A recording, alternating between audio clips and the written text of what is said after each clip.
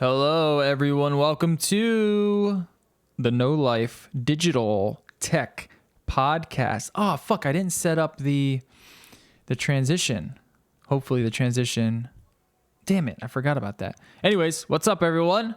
Welcome to the No Life Digital Podcast. We are back with you this week. We missed you last week. Things popped up. Couldn't do the show.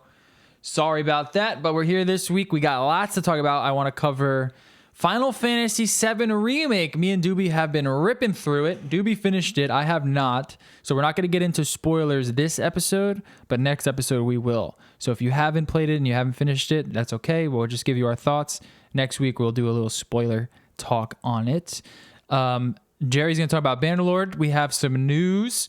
In gaming, NASCAR star Kyle Larson was fired for using a racial slur in a virtual race, which is a very big deal because the racing sim community had a little treat thanks to quarantine.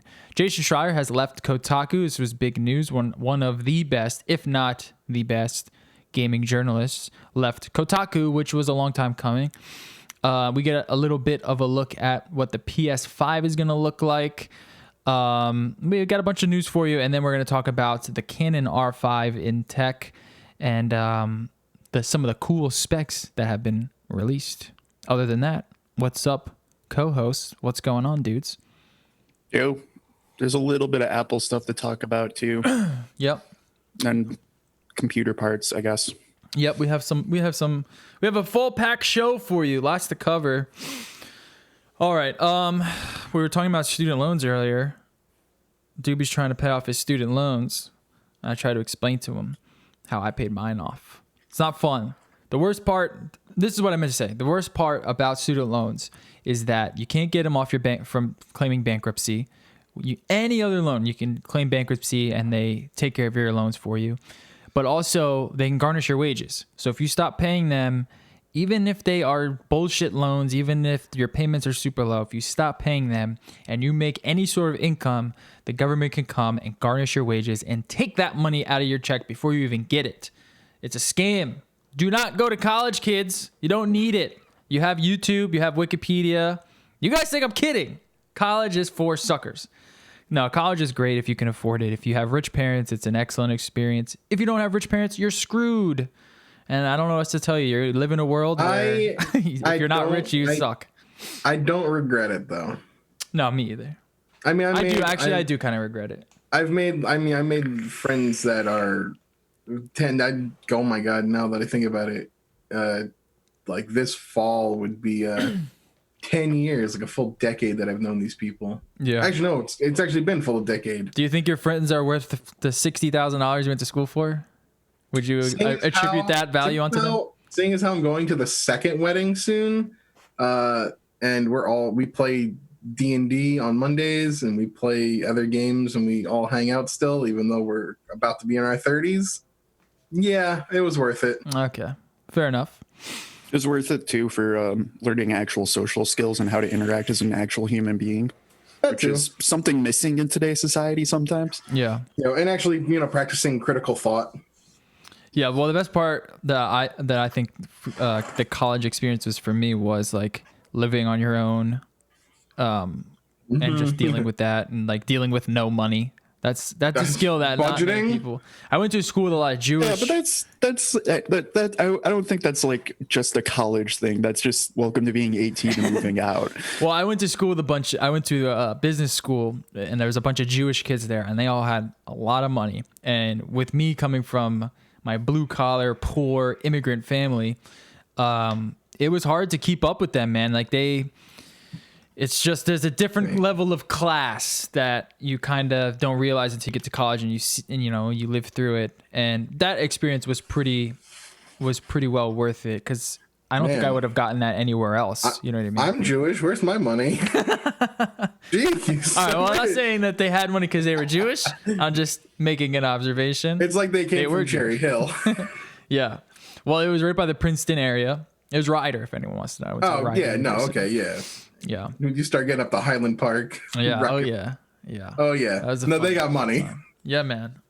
And it was what I think was the most interesting was and I look back at it now. I didn't realize it when I was in college, but when I look back at it, it did allow me to understand like the levels of what wealth is. You know, I went to school. One of my good friends, his father owns this gigantic trucking company. If you're on the East Coast, you know the trucking company. I don't want to say it, but you know the trucking company if you're on the East Coast. And just seeing the levels of wealth and how the world operates in that, and how they're given certain opportunities and there's certain things they don't take for granted, or there's certain things they do take for granted that you don't. And it kind of puts into perspective on how to manage your expectations and manage your own wealth, because you don't want to be in a position where you're like, wait, why don't I get those opportunities? Oh, because I come from a lower class. It's funny. Learning about more social things than your own. Yeah. It's funny for me because like you went to Ryder, I went to Rowan. Oh yeah. I have many friends in Rome. Which is right next to all of the farmlands. Mm-hmm. So I saw a lot of like not wealth. So not poverty, but like definitely blue collar, definitely hardworking people that don't have a ton of resources and money. They just work, you know. Some of my friends actually live there and have farms where I would work on the weekends. Wow. And it was, I think that experience for me, like not being in a big, heavy area and being more like open land where you could literally go from Rowan in Glassboro to like 15 minutes to Elmer. And then there's nothing in Elmer. It's great. I loved it. New Jersey's so weird because there is like farmland and then you have city area. Well, you got North Jersey and South Jersey, really. Yeah. You guys, you should have gone to Grand Valley State University, which is basically your school in the middle of fucking nowhere, but everyone's pretentious and thinks they're actually at Wayne School. No, screw that. No, okay, so the way GVSU works is the main campus is in Allendale, which is like 40 minutes outside of Grand Rapids proper, and it's in the middle of a fucking farm field, but every single one of those fucking students will tell you how much they love living downtown in the big city of Grand Rapids. Well, at least you guys had a good music scene. True. That's what's cool. I mean, the New Jersey music scene was just like all scene music and scene bands, which was fun, but that wasn't quite my taste of music. We were a party school. Oh, Rowan was a dirty ass party school. At one point had been listed in like the top 10 or top 25 party schools from like one of the big magazines. And I tell you, the faculty was not happy about that. Yeah. Yeah. I think in Michigan, there's probably 2 schools that I can say aren't party schools. Oh yeah. Like, I did want to go to Michigan State for a while. That was a school that was. Oh yeah, the party school. Yeah. Oh, I have a. Dude, I lived in East Lansing downtown at State for like about 2 years after I got out of college. It was great. You will not learn jack shit there. I think my student loans are bad. The first school I applied to that I didn't get in, I'm glad I didn't, was Drexel. Oh wow. Drexel, for an out-of-state attendee, I would have been hundreds of $1,000s in debt. Oh yeah. Yeah. But you would have had a really good school. For the thing I was trying to study was music technology. I don't know. I don't know, man. Drexel. I don't know what audio engineers make, but they make good money, dude. Audio engineers make really good money. Can, but it's it's one of those fields where they can. Yeah. But I mean by that are you good at it? It would came down to, are you good at it? And how good was your internship? Yeah, you got to network. That's a networking. Yeah. It's like film, like anything in film. And that's the thing is, like, if it's any art. Yeah. It's all arts. Yeah, if I hadn't done my English degree, because I was trying to be a teacher and then dropped that, so I wound up just getting the English degree. As most people that to go to Rowan do, it's all basically English, right? Oh, dude, that's actually you should have gone to State then. English department. That's all. Like that's 80% of State grads is teachers and English degrees. Yeah, New Jersey. Yeah. Rowan and Rowan is primarily a teaching college. Yeah, really. What's the other one? State is, which is probably the best reason why it's a party school. TCNJ is it the College of New Jersey, but we always called it Teaching College of New Jersey. Yeah, what is the what was that one school? That was always a crazy thing about State to me, is the fact that like half of those students are like English major teacher majors, and they're still fucking throwing couches off of balconies and setting them on fire. Mm-hmm. Oh, I would say Montclair is the other one. the two major things that Rowan pumps out are teachers and engineers. They put a lot of money into their engineering department. No, that's pretty I have a few friends that graduated with engineering degrees from there. Yeah, I applied to, what was it? It was a writing school. I forget the name of it though. It was like in North Jersey. Well, hopefully it wasn't Kane. No, it wasn't Keene. God, that I place can't remember is the bad. name of it. My- It was my a mom's very graduate small writing from- school. My mom's a graduate from there, and she always says that their slogan was "Don't stress your brain, go to Kane." Oh, do you want to know what Michigan State's I slogan don't. is? Oh, it's gonna be bad, isn't it? Smoke green, snort white. Go Michigan State. Wow. You didn't go to the Yeshiva University, did we? No. In New York? I can't No. remember the name of the Well, school. why would I want to go to New York? Oh. I know. Anyways, in terms of your student loans, I tell them to read the story. This is how I paid my student loans off. You call them up. First of all, you stop paying them until it doesn't go into default. It goes into collections. And then they start begging you, please pay this fucking loan. We bought this loan from the school. We want you to fucking pay it. You give us money. So then once you got them on the hook there, you call them up and say, miss, listen, miss, I am so sorry. You tell them this long story. I can only afford $50 a month. You could probably get it down to like $20 a month, which is nothing. I mean, that's like 2 Netflix accounts. So you get it down to as low as possible a month, and then you start making payments and making payments. And if you're young, you have enough time to destroy your credit. So then you go, okay, I'm going to stop paying it. You go into default. Now your loan is in default. It's going to get bought out by a loan company, a private loan company that's going to service that loan. When they do that, then you can start to negotiate with them. Once you're allowed to negotiate your final payments with them, you come up to them, you say, look, I only have a few $1,000s. Tell them another long story. I only have it here. I only have it now. I don't know how long I'm going to be able to have this money. Is there a way I can just pay it with this much money that I have now on me? Because I don't know if I'm going to have it in the future. Please, miss, what can I do? I need to stop paying these loans. I can't afford my medication. My mom is sick. My grandma's in the hospital. COVID-19 is taking me down. Things are really bad. Tell them the story. Then finally they go, okay, we'll allow you to make that payment. We'll take it right now. Give us your card. You make the payment. Then you don't have to worry about your loans. Your credit goes up in the next few years. Bada bing, bada boom. My credit score was, I think, in the double digits at one point, because I wasn't just defaulting on my student loans, but I was also taking advances out on credit cards at the time and cashing them out. So I was taking massive credit card debt, taking the cash from them and using the cash to buy massive amounts of drugs at the time, which was fun. And now my credit score is sitting at a hefty 750, which I'm very proud of. But that's the trick right there. Fuck anyone who deals with loan servicing, student loans. You got to play the game and fuck them back. Don't feel bad that you can't pay. No. Get your loans down as low as possible. You fuck them over, and that's how you win. Don't let them take advantage of you. Get your at the very least, get your loans down to like $50 a month. If you can get it lower, then more power to you. You're going to be paying your loans for the next 20 years anyway, so you might as well try to get the lowest amount possible. That's my story on student loans. They're the worst. So my internet is slightly on the fritz, but I just wanted to get this in here really quickly. Twitch's new mod setting. Whoa. Why? What is it? Whoa, dude. Is it cool? This is sick. It's cool. Yeah. Let me see it. Yeah, Mod View is a very interesting new tool. Try mod Yeah. view. Let me see. Let's go to mod view. This is sick, dude. Oh, what's going on here? This is like making me power hungry, dude. This is pretty cool. What are mod actions? Oh, that shows you all your. Okay, I see. It just makes it easier to actually See like things. Yeah. ban people and try to do all of like the mod things for bigger streams.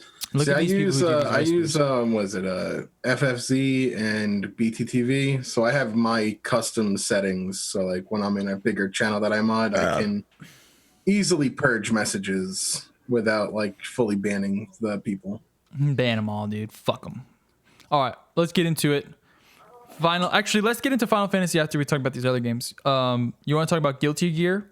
Yeah, so Guilty Gear Strive had their closed beta over the weekend. I submitted 3 emails and was lucky enough to get 1 code. tried getting some codes for some people I knew who were also trying to get in. It was Friday night, Saturday afternoon, and Sunday morning. They were 5-hour blocks. The first night, Friday night, for the first 2 hours, it was literally impossible to connect to the servers whatsoever. You couldn't even connect to the damn servers. They're using a delay-based netcode, even though the game, when it launches, will have rollback netcode. There is no release date yet for the game, so that's kind of a good thing because they got a lot of stuff to work on. I gave up that first night. I just straight up gave up. So I played on Saturday a lot for like a good 5 hours. I was able to get some matches. Their lobby system, hot garbage. Absolute hot garbage. Like every other Japanese game that comes out. I don't know why they keep doing these lobby systems. You have to, like, you make an avatar, you join a floor in the region. Like, Dragon Ball's okay with it. But this one, for some reason, I don't know if it was just the beta. It was poorly written code. If your avatar was near a bunch of other avatars, you couldn't match with anybody. You had to, like, move your avatar over and try to get away from other people to matchmake. The luckiest I got was I had one person that I was able to get 3 consecutive matches in against because you can't rematch people. So even if you find somebody that has a good connection, you can't just sit there and rematch and try to get, some games going. You like Smash? Yeah, like because Smash asks you to rematch. This one was like, no, and then sometimes you just get booted from the floor and you have to go back into the lobby. So even if you were to get back in, hopefully you can find the same person you were matchmaking with. But I did get 3 matches in a row with somebody, and I won the set 2-1. I played almost only Chip, who is the kind of speed character. Lots of fun. The game itself is fun. The delay, I only had like 3 or 4 matches where the game was literally unplayable. Where like I would hit a button and it wouldn't even happen. Like nothing would happen. Because the lag was so bad. But I had a few matches that were pretty good. Played in my fight stick instead of pad. I tried pad for a little bit, and then I moved back to my fight stick, which just worked better. The game's fun. The UI is improved from the first one they showed, but it still has some problems. When you take damage and your health bar starts to move, your character icon also moves, which I don't like. I think it's a bad system.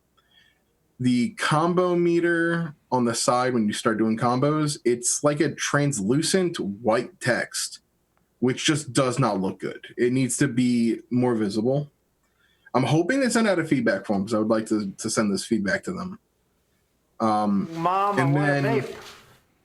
And then they have this risk gauge where if you block too much, you'll actually take increased damage. So the game promotes you to be aggressive, which I like because it fits my play style. I'm a very rush down player when I play fighting games. The risk meter, it's really hard to see on the UI. It's so damn small. And it's not in a place where you can really see it while also focusing on the game. Other than that, gameplay mechanics wise, fun. I enjoyed it, and I look forward to picking up the game when it launches. Whenever that is, I just hope they can take a lot of feedback and fix what they've got because it's really interesting. It's not Guilty Gear XRD. It's not the last Guilty Gear game. They changed a lot of stuff. Like, so I don't know if you guys know much about fighting games, but in your general fighting games, you have combos where like light will go into medium, that goes into heavy. You'll throw out 2 jabs into a medium into a heavy, and that's a combo. What they call that is a Gatling. You start to build your way up. Well, lights don't do that. You can spam lights, but they will not combo into anything else. So the game is very much telling you that if you want a combo, you have to hit a button that's going to be a slower, laggier move. You have to make a commitment to your combo. So, and then it's got super high damage, which I like because it means games are fast, which also promotes strong offensive gameplay. But yeah, I had a lot of fun with it, and I'll probably be covering news on it when it comes out. I streamed a little bit of it. I had some people watch, but yeah, Guilty Gear, looking pretty good, except for lobby system. This shit sucked. Yeah, I don't know why. I don't know how hard it is to make matchmaking good, like, or just good online. It's and not I get hard. the idea with like the regions is like, you should be going to your region. I should be going to USA East, and I should be matching with people from USA East for the best connections. But you can join anything. I could join Japan's region if I wanted to. My matches are going to suck because the distance is trash based on a delay-based netcode. I don't know why they just don't like strongly prefer you to like people who are close. Like when they maximize those connections, they don't. But I don't know. We'll see when they put rollback netcode in too. If it's like Street Fighter V when that game came out, that was bad. So hopefully they learned from Street Fighter's lessons. All right, I see. I think I see it here. What is this game that you're playing? I'm on your Twitch. All right, I see it. Oh, yeah, I've been streaming the Trails games still. No, it was like a game with like swords. Which one? Some like 2D game, like pixel art. Yeah, that's the lobby system.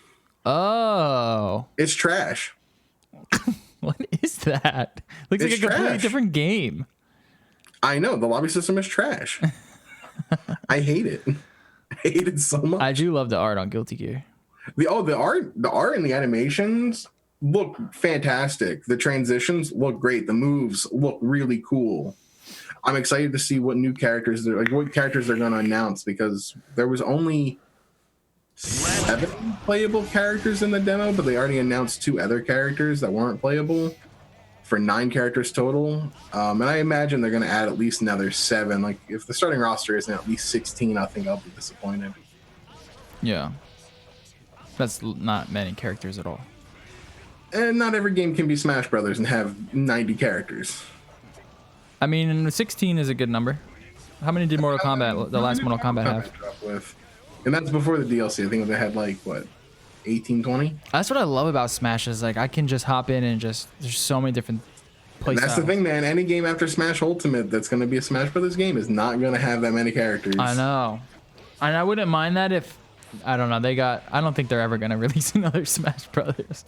I mean, they will. If they ever make another system, they will, because it sells. Well, if it's a new system, maybe. But we'll see. But it'll be interesting to see who gets cut and who gets to stay. But that's the discussion for hopefully not another 5 to 6 years. Jerry, you want to talk about Bannerlord? Bring back Waluigi. Fuck Luigi. Okay, yeah, Bannerlord. Shit's fucking good. Shit's really fucking good. It's buggy as shit though still. So this is the first game that I've actually got to, even with patches. It's like I'm gonna give them a lot of credit actually. I'm already on their second major beta patch. But like this is so long story short, a couple of months ago my graphics card died, so I'm just using my extra 1050, which is not a good enough graphics card for this game. This is why you want a new graphics card. Yeah, so this is the first game in probably 10 years that has completely blue screened my computer, and I literally instantly restart the computer and get back playing. Like, not actually mad, just want to get back playing the goddamn game. Mm-hmm. Dude, it's good. It's so good. I kind of wish you played Mordhau. I kind of want to know what it's like compared to Mordhau. I haven't played multiplayer. I haven't even tried with the 1050, honestly, because it probably ain't happening. But like, the combat system is great, but this is okay. So single player is still so good, but it's still a strategy RPG game at its heart. It still has go find the unit types you want. You have to recruit the types of units that actually work for your type of army. Like, you have to go around the world and do trading. You actually have to try to put a lot of strategy elements into actually building your empire, so to say. Okay. Like, the single player in this game is that's the like game. There's a lot that still needs to be added. It feels kind of like early Path of Exile in a way to me, where the actual game and what's there is super fucking good, but if you are a brand new player, you're gonna have no fucking idea what the hell anything is or what you're doing. There is a terrible tutorial system that's kind of janky, and then out once you get out of the tutorial system, it's a sandbox. You know, there's a main quest, but it doesn't really tell you how to do the quest. A lot of the things you do in the game you can figure out by using the encyclopedia, but the game never tells you how to use the encyclopedia or what the key is, or that it's even a thing. But once you learn, oh yeah, the encyclopedia, becomes really easy. But this game is fantastic, and I was looking it up. So by hours played, it already has more hours played than every single game on Steam other than CSGO, Dota 2, GTA 5, and Rainbow Six Siege and PUBG. And the history of those games? In the last month. Oh, okay. Yeah, it's been the top of Steam since it's released, which is pretty cool. It's been 3 weeks and there's already 74 million hours played in this goddamn game. So in terms of the bugs, the reviews that I was reading, it was basically people saying like, just wait until these bugs are patched, because it's not currently fun. That's kind of the See, I think that depends on how you define it as fun. Most of the major bugs that people were having issues with were memory leaks. That's already been fixed. Mm-hmm. Like, and that's where I got to give them credit, is like they are actually rolling out performance updates and shit like that, like very fucking quickly. So a lot of the major like memory issues and VRAM issues have mostly been fixed. Mm-hmm. Now, there's still a couple of weird little glitches and bugs that need to be ironed out, and they eventually will. But like, to me, I don't give a shit. I'm having a ton of fun with it. But it's not like a combat. It's not focused on combat. It's just mainly an RTS RPG. Oh no, it's still focused on combat. Oh, okay. No, but it's got those elements in it. It's what you want Total War to be, Mm-hmm. where you go out and you recruit your army and you design your army how you want it to be, to go like capture other cities to make more money. So it's like Total War in that sense. But then when you get to the actual battle, it's not an RTS. It's first player Mordhau. Mm-hmm. But then you command your troops. It's a taxing game. Now you're saying the 1050. You have a 1050 Ti. Oh, 1050. Oh yeah. Because this was for an extra computer that didn't have a graphics, a PSU in it with a GPU cord. Yeah. So this is just an old standby for a server. What frames are you getting on it? Do you have to run it at low? Oh yeah, I have to run it all on super low, and I'm still getting like 25, 30. Well, I mean, that's a testament to the game if you're even playing it in that state. Yeah, with 250 units on my screen at all times and still doing siege battles and everything else, like it does run. Yeah. Like I got to give them credit for performance-wise. Like they're fixing a lot of the things and optimizing it very quickly. And this is the first early access game I've ever played where I'm like, yeah, I want to kind of follow this through. Mm-hmm. Like I want to actually play each patch. And I normally can't say I feel that way about most games. Yeah. Like in relation to Guilty Gear, like I think I would rather play this than Guilty Gear through early access, because the main core system of the game is actually fleshed out in there really well. It's just like adding things on top that is what the beta's for. Mm-hmm. Yeah, it's actually kind of like it's actually like a beta where that's mostly just they're trying to fix bugs and flesh things out, and they need players to do that. I've definitely been curious about the game, just because it looks like Mordhau, and I liked Mordhau. I don't know if I could say I loved it, but I like the idea of having Mordhau, with more of like a strategy element to it. But I do want to check it out. Do you think it's worth the asking price? Yes. Yeah. I mean, I'll put it this way. I within the 3 weeks since I started finally getting around to it, I have 152 hours in it.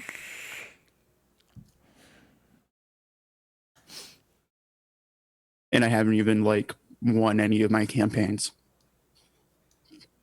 So what exactly is the hook? Like, what is the gameplay hook that is keeping you coming back? That's what I'm most curious about. Dude, you get to build a kingdom and an empire, and then the combat's actually a lot of fun. Yeah. You get like there's a lot of different systems in it that are fun. Like trading's fun, making money in it's fun. Like, and it's difficult. There's different systems to gain money where you can, if you have a fiefdom, so if you control a castle or a city, you can tax, you earn money through tax. But on top of that, you can set up caravan trade routes. You can trade yourself and like find cities where items are low, because the entire game actually has a really fleshed out economy that you're basically just a player in. So you can be a trader and buy low, sell high at other places, stuff like that. And that's kind of what the caravans do for you, automated, but they're more risky because they can get attacked by bandits way easier and just die. And there goes all your investment.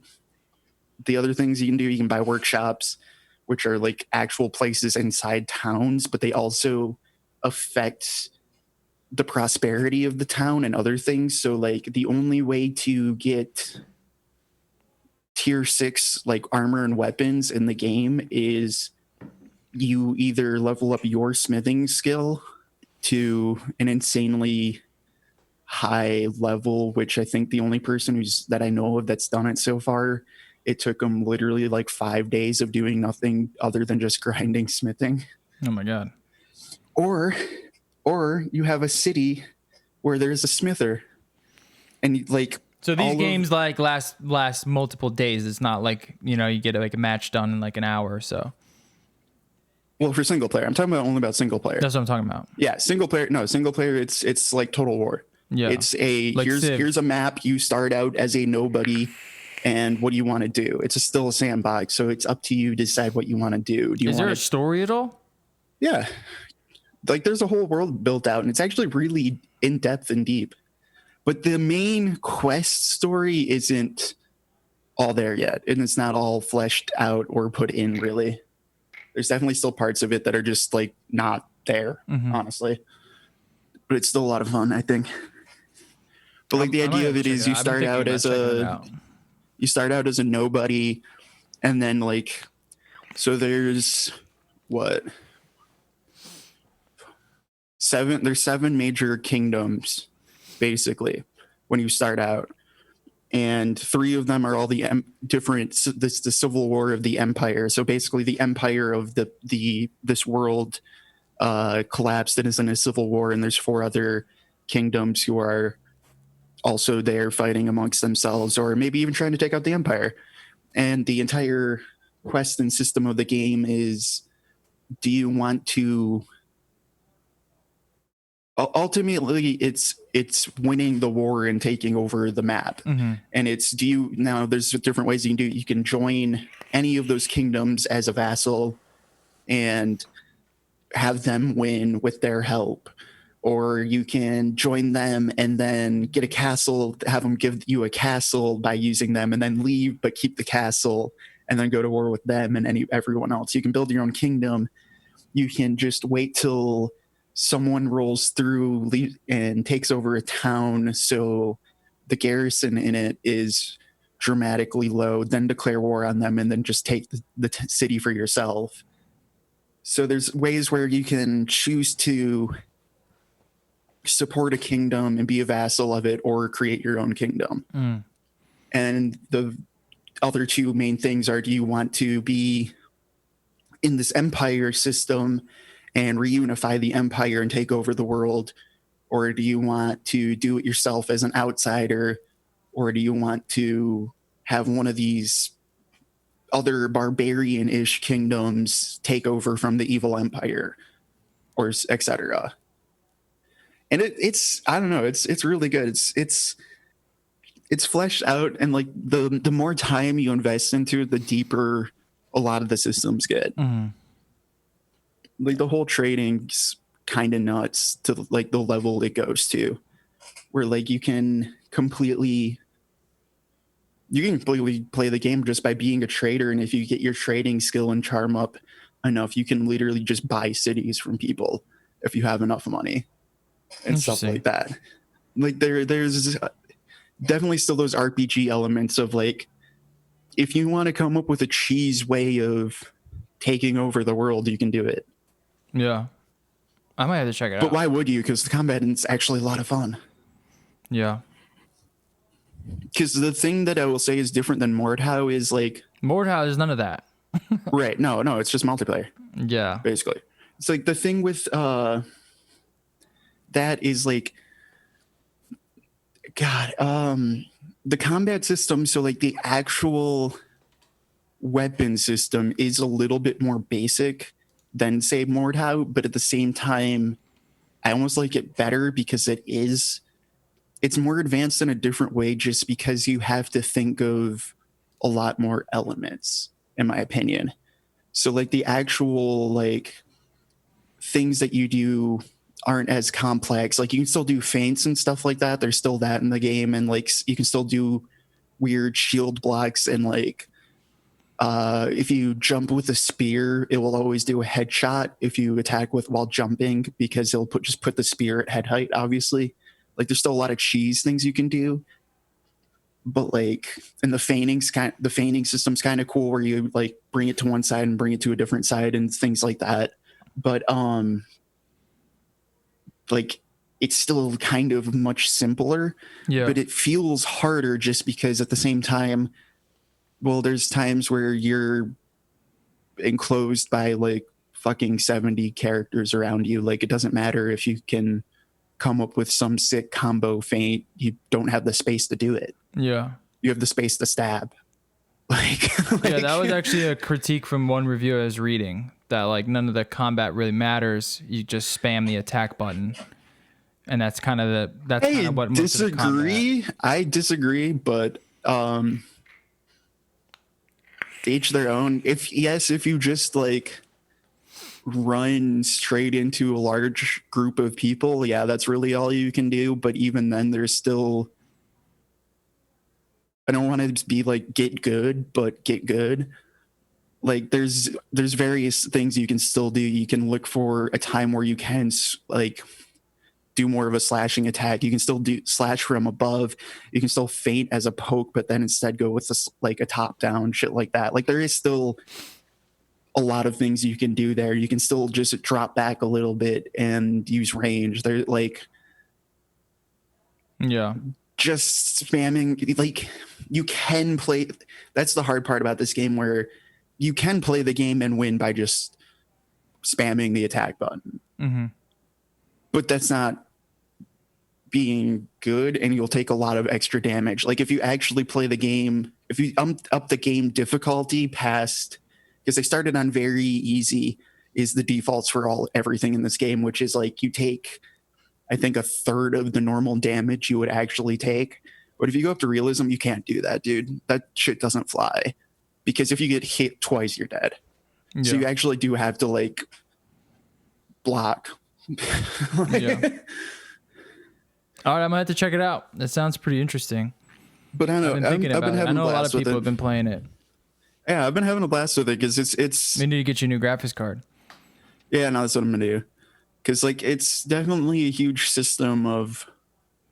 There's just a lot of different things you can do, and I actually like the faction variety and the unit variety that like all of them have.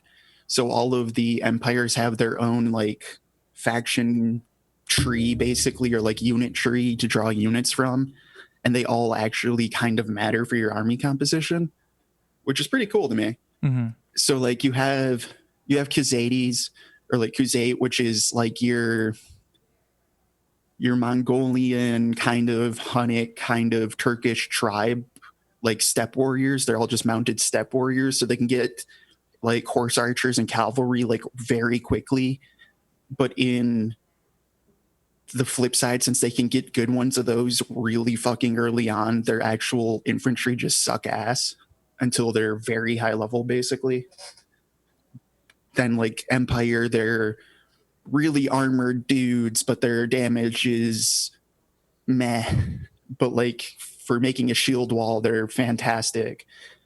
Like yeah, they all have like their own pros and cons. Yeah, like and it's I'm really enjoying like that aspect of it too, of like actually building a competent fighting force, I guess, too, because that makes a huge amount of difference, honestly. Mm-hmm. Because like if you just send in, if you stick to, and that's something that I've seen a lot of people playing with too, which I think is just fun, where since there is so much depth to this game, where like there are people out there who are trying to not mix mash units, but just like role play it as like, nope, I am a person of this faction and I only use units of this faction type and shit like that. Yeah. Like, I don't know, I'm having a blast with it. I'm gonna probably keep playing it through all of the patches. They're pumping out like a large beta with hot fixes and other things like pretty much weekly, which I got to give them a lot of credit for. And like they're making big changes to it too. Like they're actually taking the feedback and like nerfing some things or buffing other things. Like when the game first launched, caravans were completely broken and the amount of money they could make you, and now they don't. So like it's cool to see all the changes. Yeah. All right. Doobie, you want to talk about Final Fantasy? And it's a better game than Final Fantasy. You say it's better? Yep. Oh, those are big words. Those are definitely When this words. game releases, yeah, I'm gonna always stand by that because this is a game I actually like instead of a remake. I don't know. This game is fucking good. Yeah, game we is can't get really into good. spoilers, but All right, well, let's talk about. We're I not gonna loved get to it. spoilers, but what do you think of how they did the game overall? combat system might be my favorite combat system in a post-turn-based world of RPGs. This is how I believe that games going forward, like RPGs with this, that have the kind of action battle system, should be taking notes from. It did a fantastic job of marrying the ideas of. It's kind of Fallout-esque. It's kind a of little reminds me of. Fallout-esque. It reminds me somewhat of Xenoblade Chronicles 2. In that game, you auto attack and then you eventually build your meter up to use other skills. Yeah. It's very much like that. What I like is like you can either set the shortcuts like you were playing Kingdom Hearts, have the shortcut system, or you can hit that X button and you go into that slow motion where you get to really choose what you want to do, which grabs that idea of a turn base. Mm-hmm. It is an extremely great marriage of the two. The materia system, I enjoyed it. I had no problems with it. I wish there was more opportunity to get some different kinds of materia.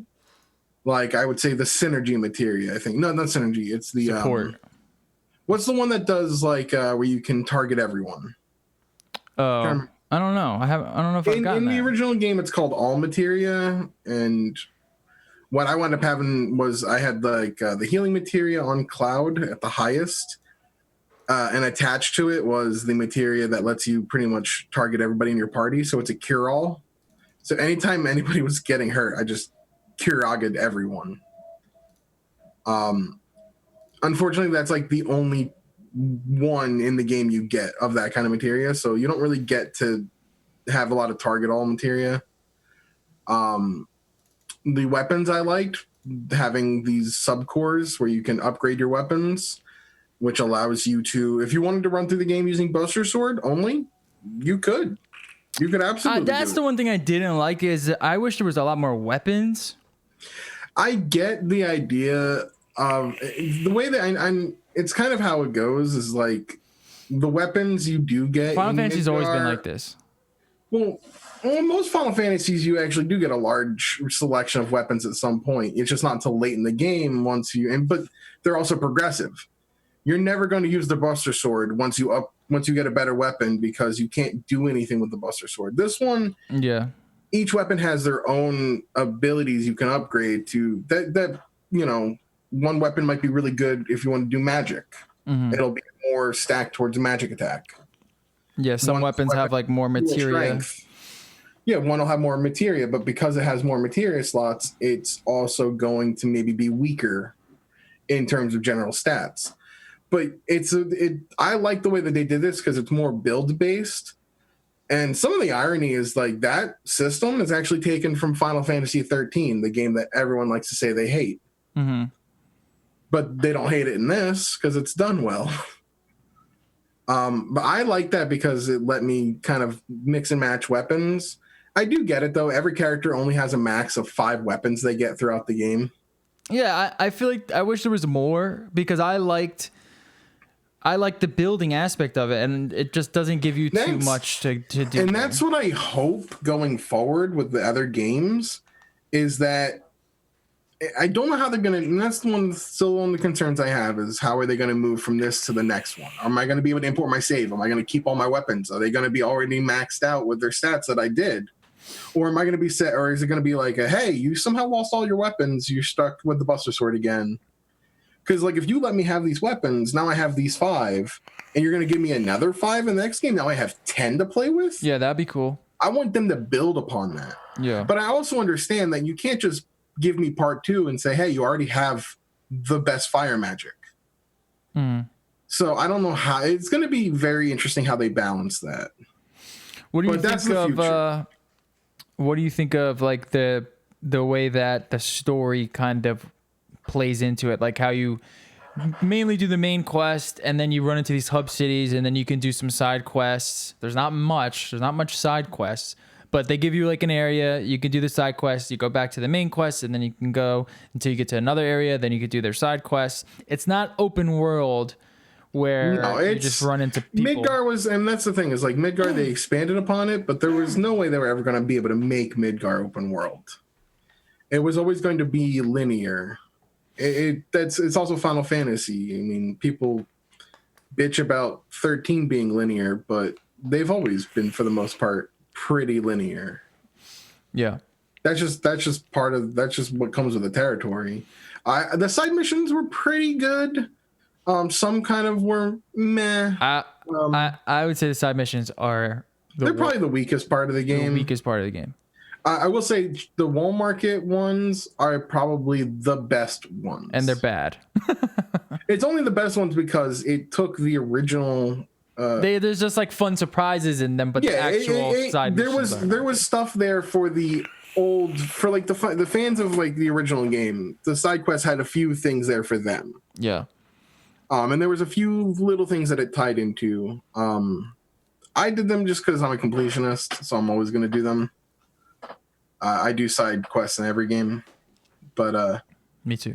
The overall story, I liked it. Had some pacing issues here and there. There's some chapters later in the game that I understand why they expanded some things, but it almost felt like this didn't need to be a full chapter. Yeah, like there was 2. Go. You can say which one. You can say which chapter. Chapter 15. So the second to last. No, there's 18. Oh, okay. Chapter 15 is in the original game. It's you climbing up the thing to get the Shinra building. They expanded that a lot. It's actually almost like a dungeon now. That's pretty cool. It's cool, but it wears its welcome out pretty quickly. Okay. And by the end of it, I was like, kind of just want to be done with this part. And I want to be at Shinra. I want to be at the building. Right. Let me just be there now. Little filler. This part has worn its welcome out. It was cool for 5 minutes. It's been like 30. I'm kind of ready to move on. Yeah.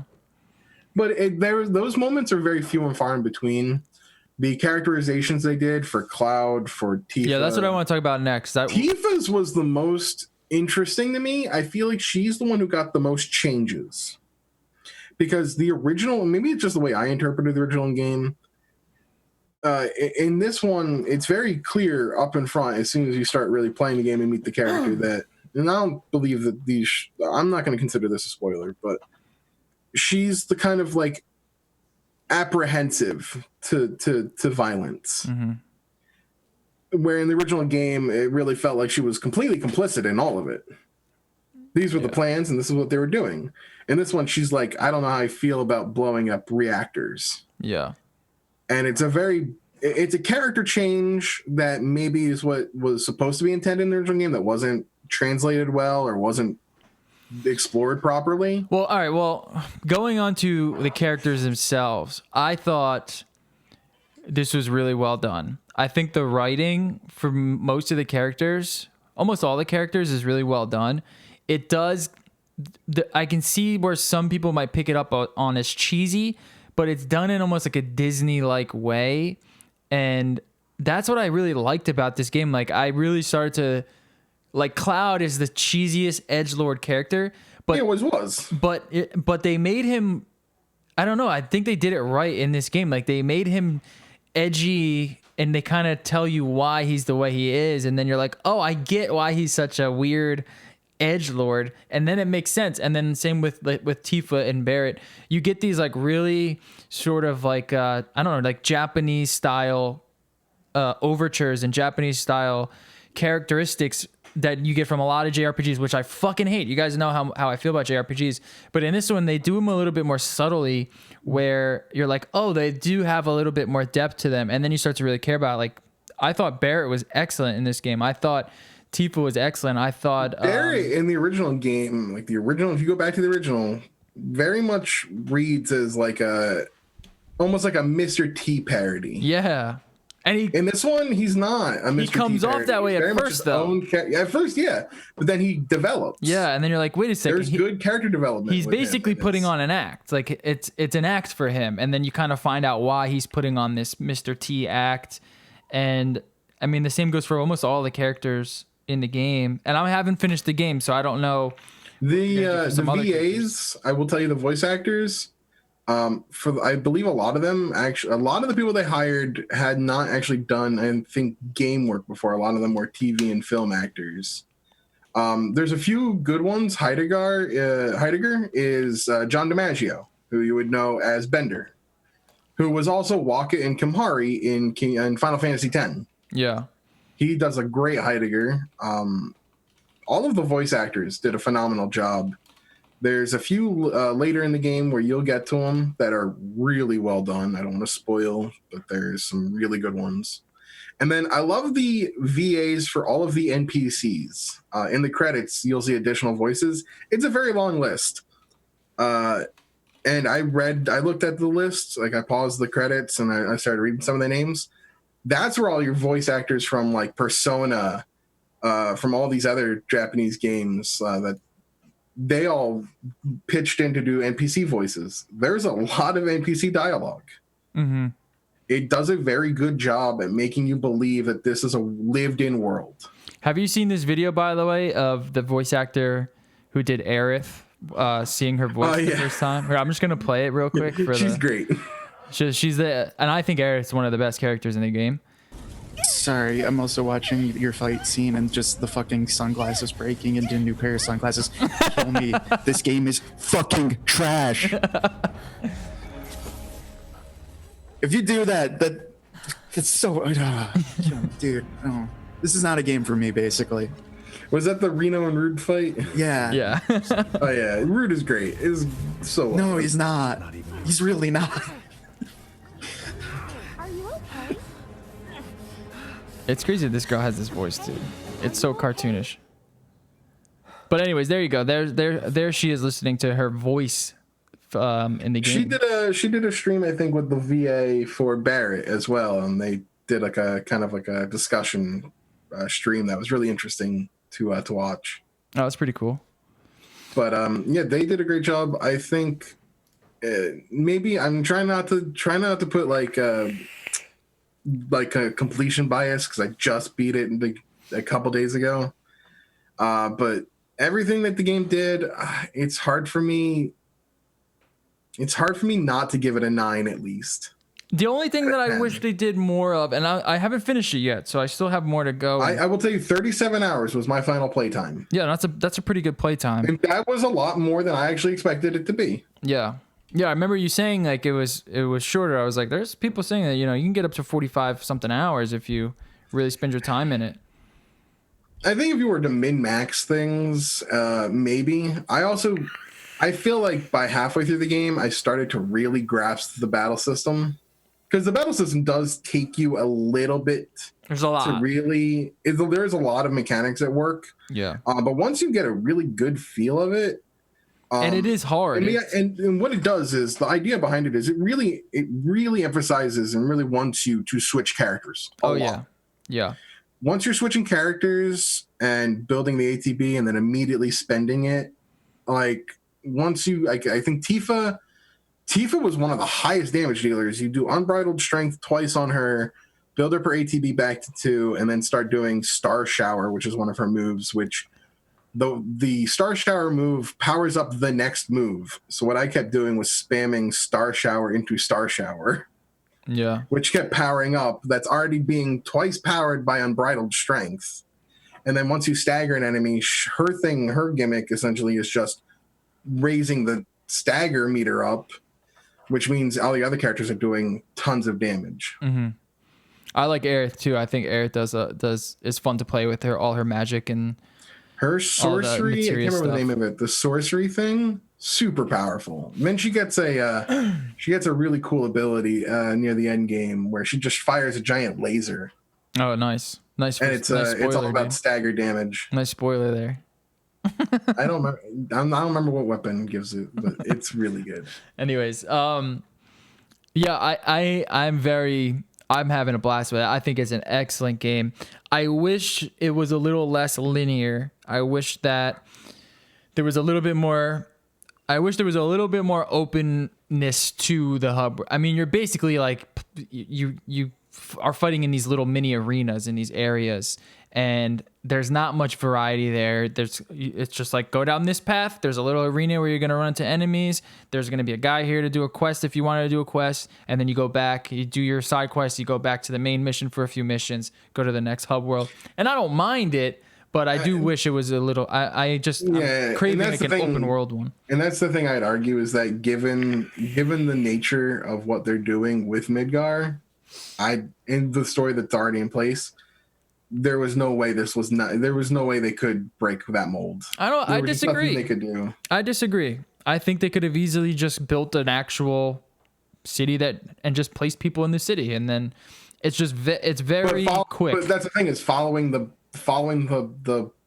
plot beats. At that point, you're not making a remake anymore. You're essentially making a brand new game. Even if they just open the maps up, where there's not like little paths that you go down, They could have. Even if they could just open the map up and allow you to do the side quest and still, you know what I mean? Like, not where it's just you're going down these paths and these little roads and there's really no exploration. There's a couple little side. It's almost like a Dark Souls-esque, where there's a little couple side areas that have little secrets in them, but mainly you're on these like one-track paths to where you got to go. And I wish it was just a little bit more opened up there. The graphics, they have big issues with textures, real bad issues, and I don't know if they're going to be able to fix it. It doesn't look like they're going to, otherwise it would be out by now. But I mean, there's just massive texture issues, and I don't know how they released the game in this state. I figured that they would. I mean, most like your door where you go and you go and you can save or something. You interact with this door all the time. The texture just won't pop up, and you just have this weird looking polygon door. You run into a city and you meet a shop owner, and everything behind the shop owner is just low res poly. The rest of the game is beautiful. Character models are beautiful. Some areas look excellent, and then some textures just don't pop in, and I just don't know how they missed that. And I don't know if that is a limitation of PlayStation, and maybe they said, let's just give them the textures that we think are needed.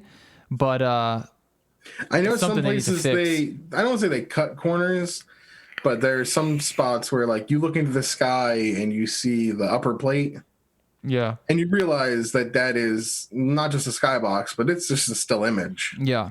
And I played on both. They did it because they have to save room a lot of places. Yeah. Because the game is pushing the PS4 pretty much pushing it to the end. Well, the game's graphics are amazing. It's one of the best looking PlayStation games I've ever seen. I mean, the way that they integrate the cutscenes with the real gameplay is almost seamless. It's really cool how they do it.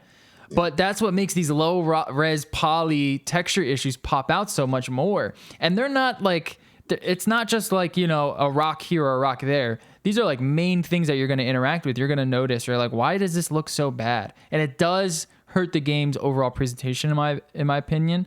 I wish that they would talk about it and say that they're going to fix it or something. That way we know it's coming, but what are you going to do? It's not game breaking or anything. It just sucks that something you have to deal with. Otherwise, I think that everything would be perfect other than my criticism of the... And it runs at a stable 30. Yeah. It's a locked 30. I played on both PS4 Pro and PlayStation. The texture issues is more apparent on the original base PlayStation. I'm wondering, but it's still apparent on PS4 Pro. It's going to be coming to PC. Yeah, you shouldn't have those problems with PC. I'm wondering, would they find a way to get it to run 60 stable on PC? Oh yeah, they're not going to release it on PC if it's going to run at 30. They won't do that. It'll run at 60. Yes, considering that the PlayStation 4 is currently a now 9-year-old budget graphics card. Yeah, I think you can do better. Yeah. I'm just saying Square Enix and games on PC, in my experience, have not had the greatest experience. Yeah. That's true. They haven't been the best at optimization, but they're still easily pushing 60 in every game I've played by them. Okay. It's just more like, well, no, my graphics card should be pushing this at 120 and it's only pushing it at 80. And but like I was gonna say this is also the same. This is they did Tomb Raider. Tomb Raider is one of the best looking games ever. That's true, and actually pretty damn well optimized for the PC. Yeah, they'll be able to do it. They won't release it on PC. Bench test for everybody is Tomb Raider still. Yeah, they should definitely be having that team help out. Oh yeah. And you probably won't have these texture res issues. I'm beginning to think it is a limitation of the PlayStation because they haven't patched it yet. They haven't said anything. I don't think they would have released the game if they... how many games have you played that have like almost always a day one patch? And I'm surprised this one actually didn't have a day one patch. I know, and that's what made me worried because to me, I don't like that shit. I rather, if you're going to cut costs on textures, do it in the background. You don't have to cut the main objects that you're going to be interacting with a lot. And where they're just not popping up. It's a pop-in issue. They're just not loading up for some reason. They need to figure out a patch for that.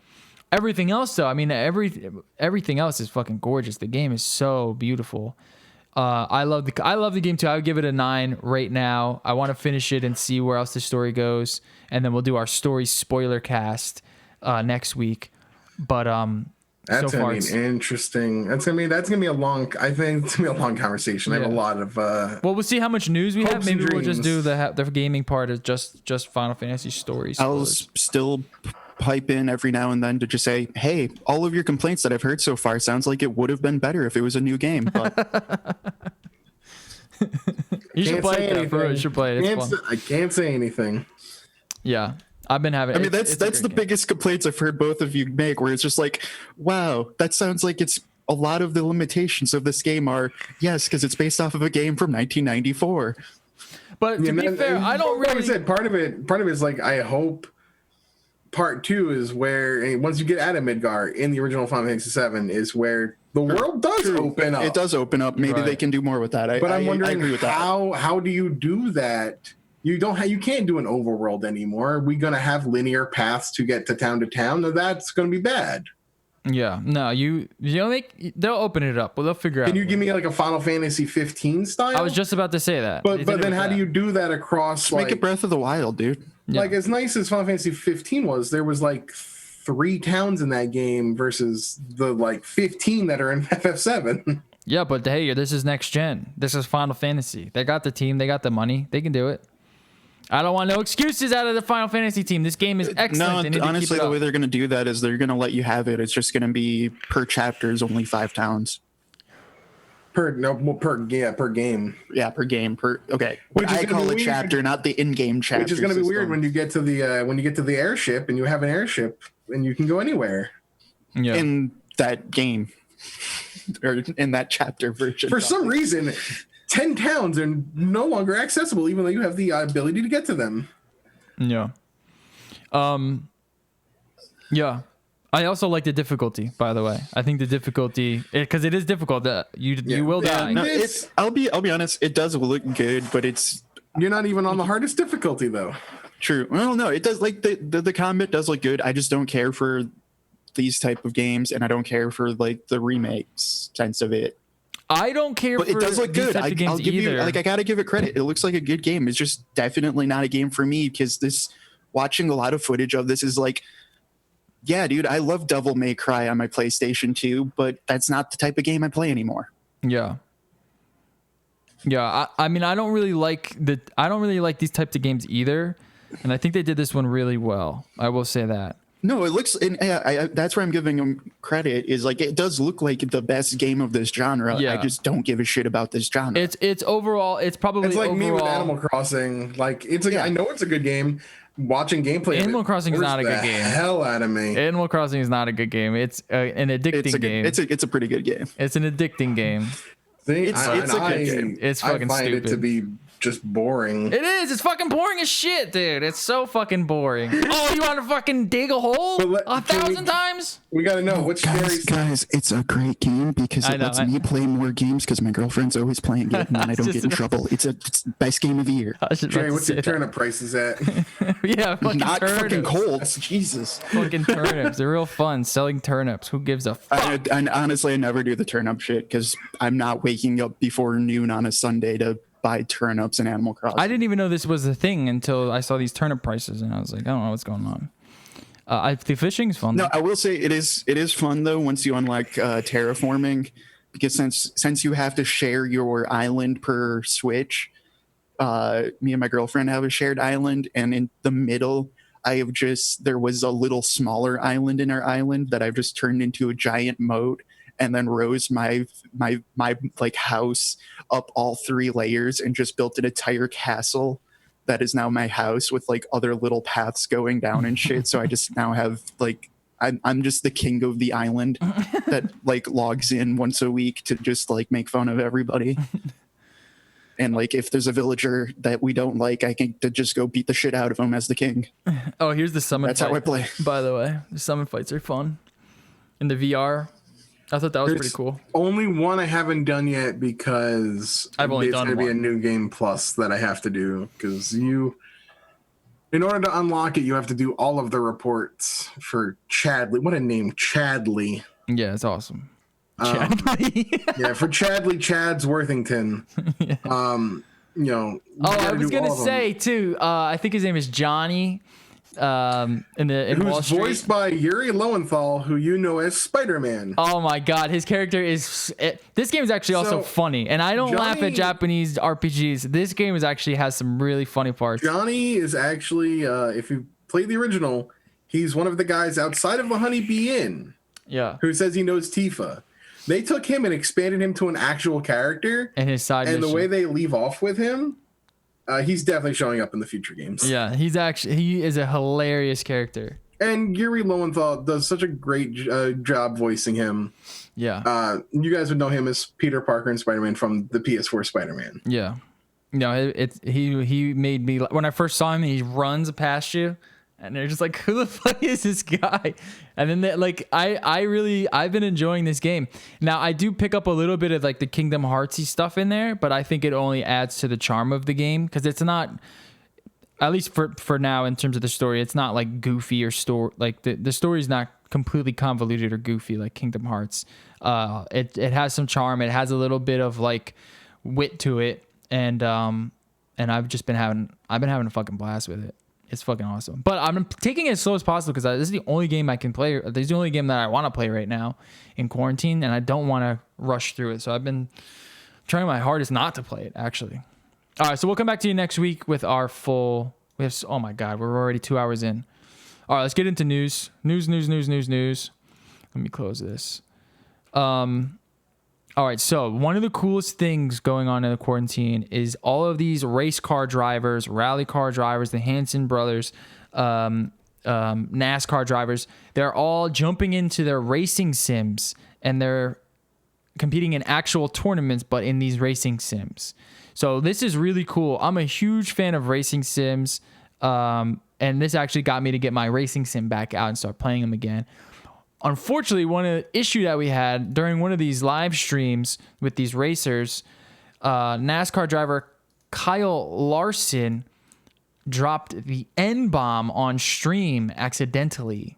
I guess you can say accidentally. They were talking about something and he quickly dropped it, and then all of a sudden you hear them say like, listen, man, we're streaming. What the fuck is wrong with you? And then he was fired for this. Obviously, they're not going to keep him around.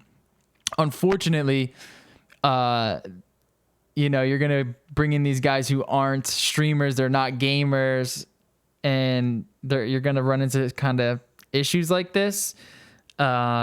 I don't know, obviously racism is not something that most people have in tune with them, but you're going to see some stream mishaps nonetheless. Unfortunately for this one, it was pretty bad, and it didn't really pick up much news, but when I saw this, I was just a little bit disappointed. Kyle Larson he's a damn good racer.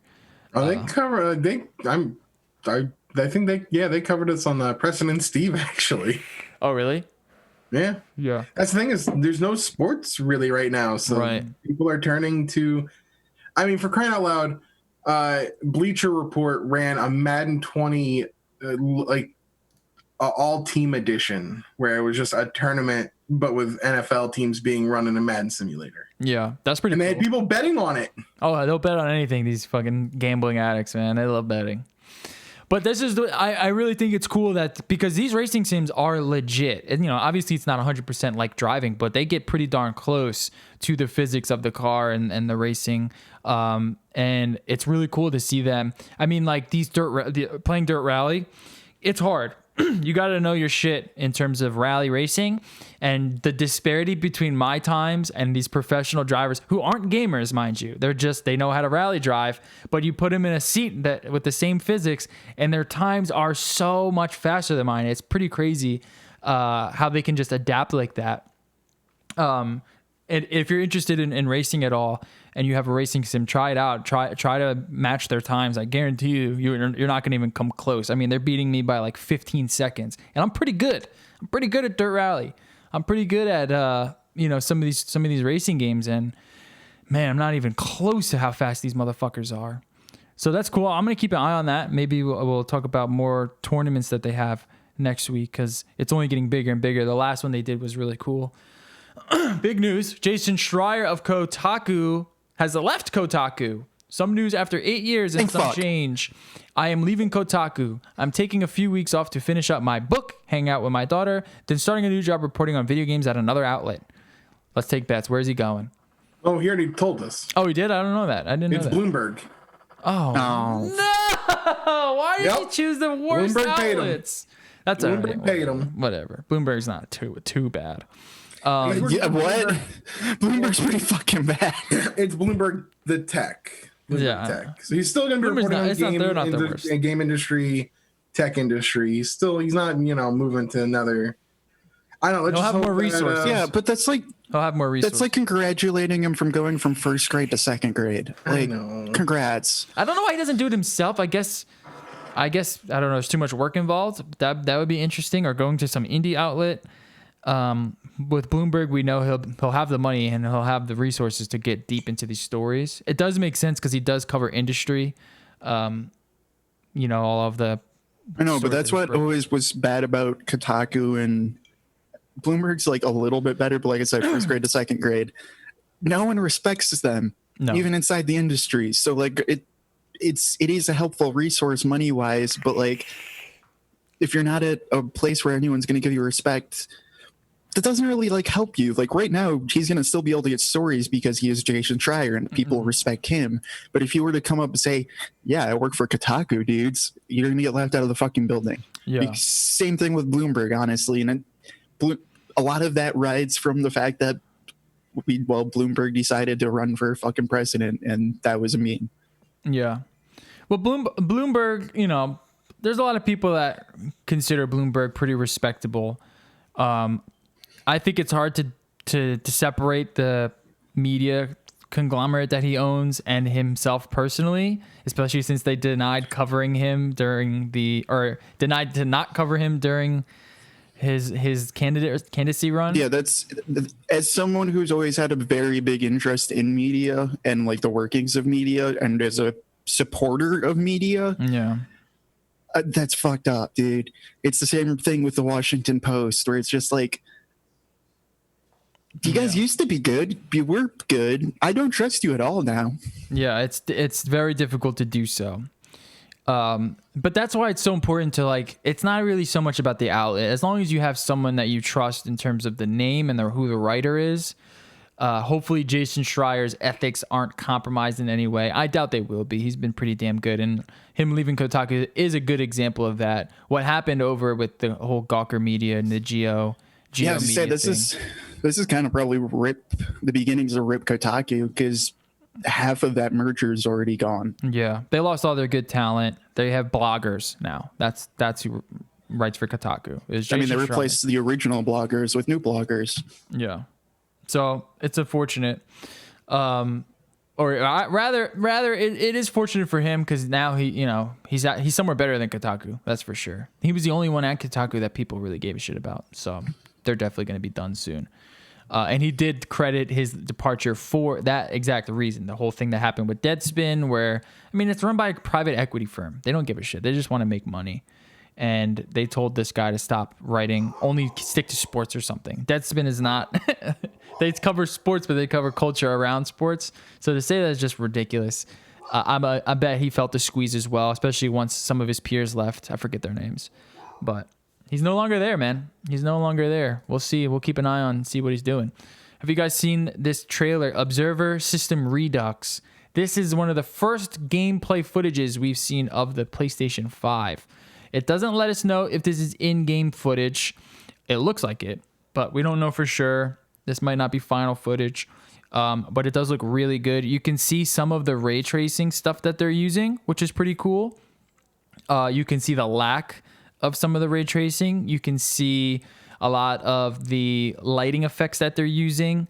So we are getting this new sort of jump into shading and lighting and the way that they're going to start to represent pixels. And it looks really good, but nothing that we haven't seen on PC already, basically. Nonetheless, looks good. 4K 60 it's running at as well. Again. Yeah, that was that kind. I'm underwhelmed, honestly. Yeah, it's. You got to remember though, it is a console, which is nice. True. True. $500. I don't know. I guess I'm like getting into the new, like the facial structures and things like that look fantastic. Like the old dude looks fantastic, but a lot of it is like it's interesting how much you can tell a difference between what is traced and what isn't. Yeah. Because like some things, this scene here looks really good. This scene with the red light. Some of it looks completely fantastic, and then the thing next to it that the light is shining onto looks like it's early PS3, honestly. Yeah. We also have to remember this isn't some super AAA studio. I am curious to see what like a CD Projekt Red or a Square Enix can do with this new hardware. I guess that's the hard part of this is like some of it, like probably at like 29 seconds or whatever, like that scene looks great. Yeah. But at the same time, a lot of the rest is like Cyberpunk looks better than this. Yeah. It is nice to see that we got to look at some of the technology they're using. I'm curious to see what Digital Foundry has to say when they dig into it. But it looks pretty good. That's what we got. Speaking of Cyberpunk, so they spoke about how there will be a Xbox. There's a lot of weird stuff coming out about Cyberpunk. They're releasing a early Xbox edition Cyberpunk that comes with the game, and they're releasing that early for an Xbox One X. They're also releasing an Xbox Series X version, but they said that there's going to be an actual full-blown next-gen version coming. And because of what Xbox is doing, you're going to be allowed to just, if you have it for Series X or Xbox One X, you'll be able to play it on Series X. But if you have it for Series X, you're not going to get the full-blown next-gen version until later. So kind of weird, but they are going to be making it specifically for next-gen, or remaking it, or upgrading it, rather. So you'll be able to play it in September, and then once it comes out on the next-gen consoles, just kind of get that little upgrade. And we know it's a CD Projekt Red, they'll do a good job of it, but fascinating how they're really kind of doing these weird version releases of it. I kind of would love that. I wish I had the money that I could buy it early anyway. True. It kind of makes sense because like again, just look at The Witcher on a console, and then look at it with any Everything. type of graphical power. Yeah. It's two different games. Yeah. It really is. Honestly. It really is. It's crazy. And that's a testament to them. Yeah, but it's also like that's what I was kind of feeling watching that last trailer, where it's just like I know the consoles are getting better, but at the same time, it's also like I'm sitting here bitching about using a 1050 right now because that's what my gameplay looks like. Yeah. It's like some of that trailer. All right. So they're talking about this from Forbes, predicted PS5 price from $500 to $550.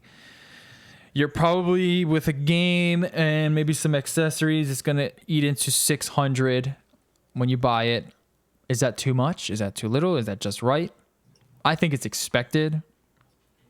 And I don't really see too much of an issue with that price point. It's a lot. Is that the most expensive release that we've seen?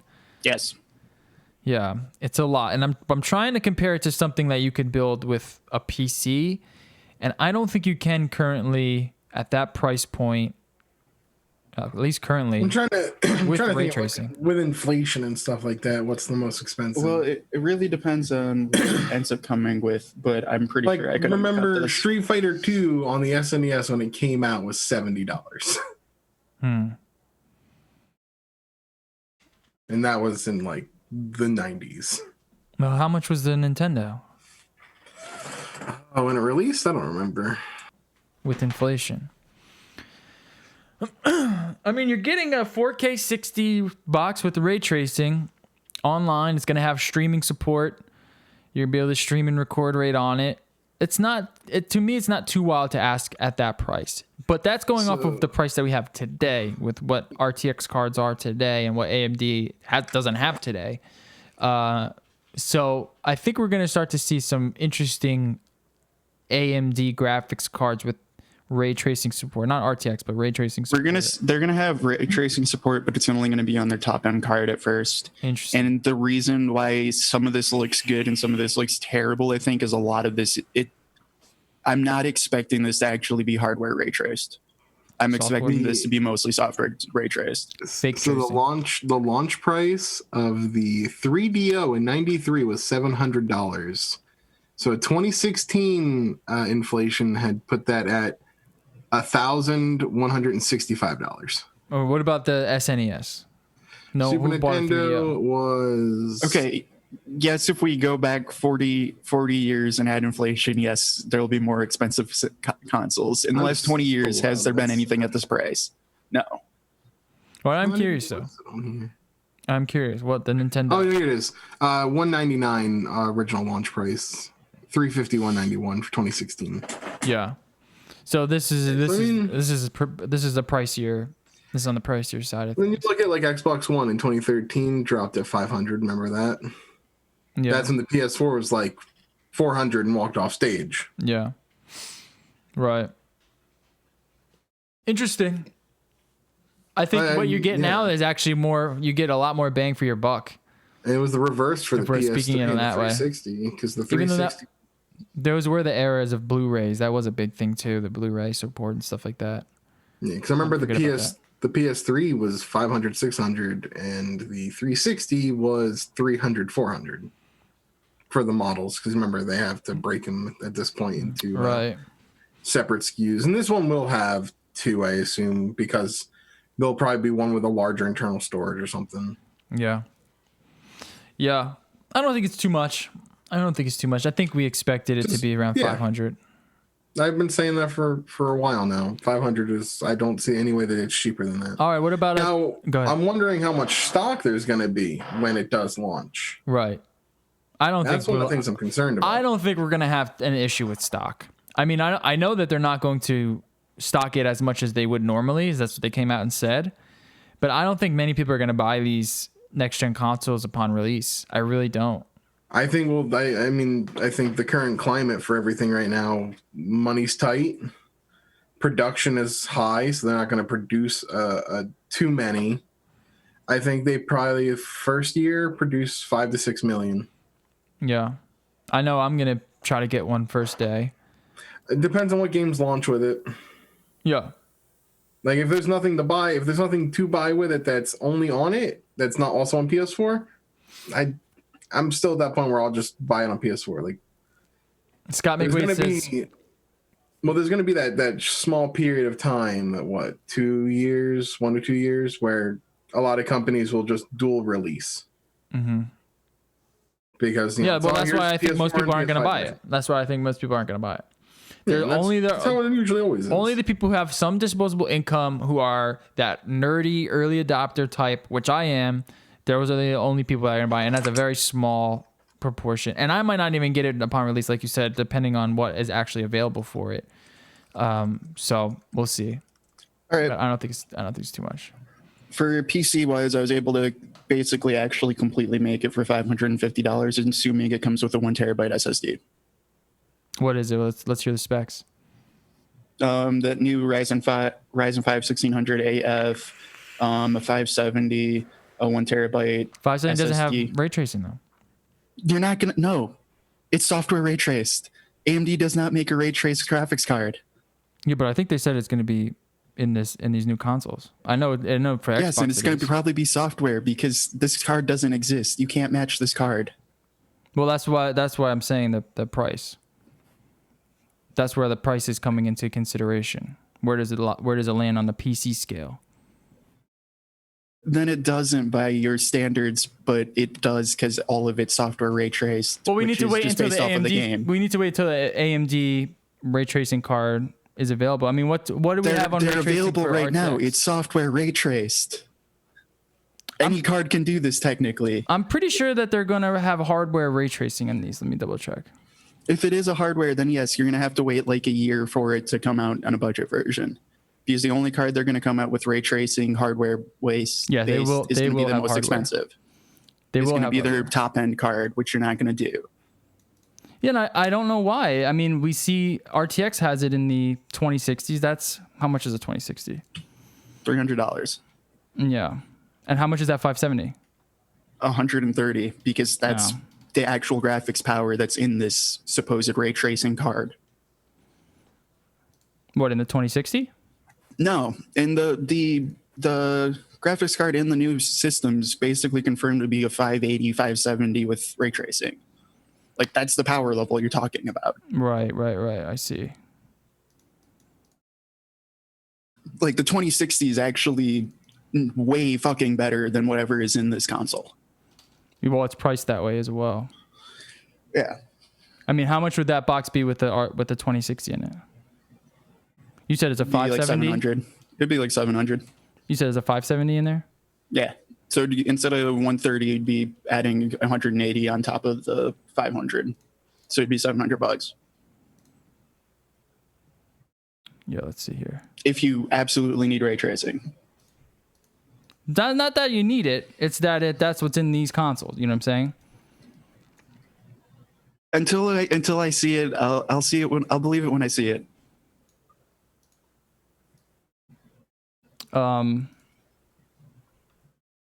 Is a 570 RDNA 2 also? No.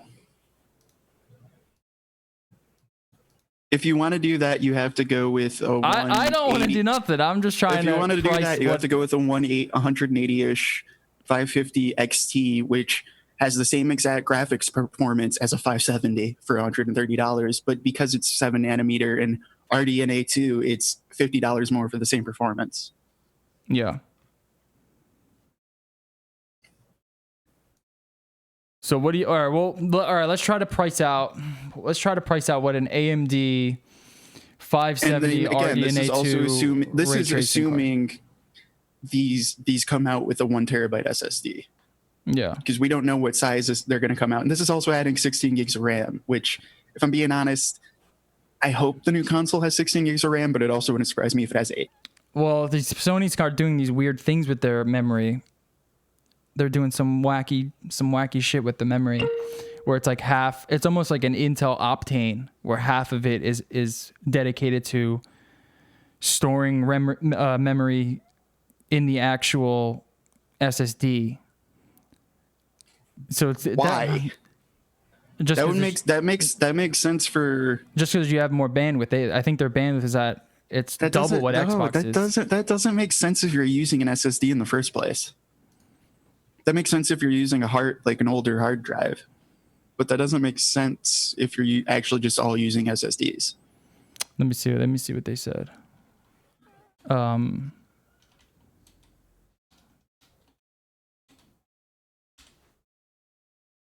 Yeah, so the way that they're the PCIe 4.0 SSDs that have 9 gigabits of pass through, where Xbox One, Series X is going at like 4 gig. I mean, it's almost half of what PlayStation is doing, and they're kind of using how Optane does it, where it's using RAM system memory to implement into the SSD. So they're trying to basically eliminate any sort of load time.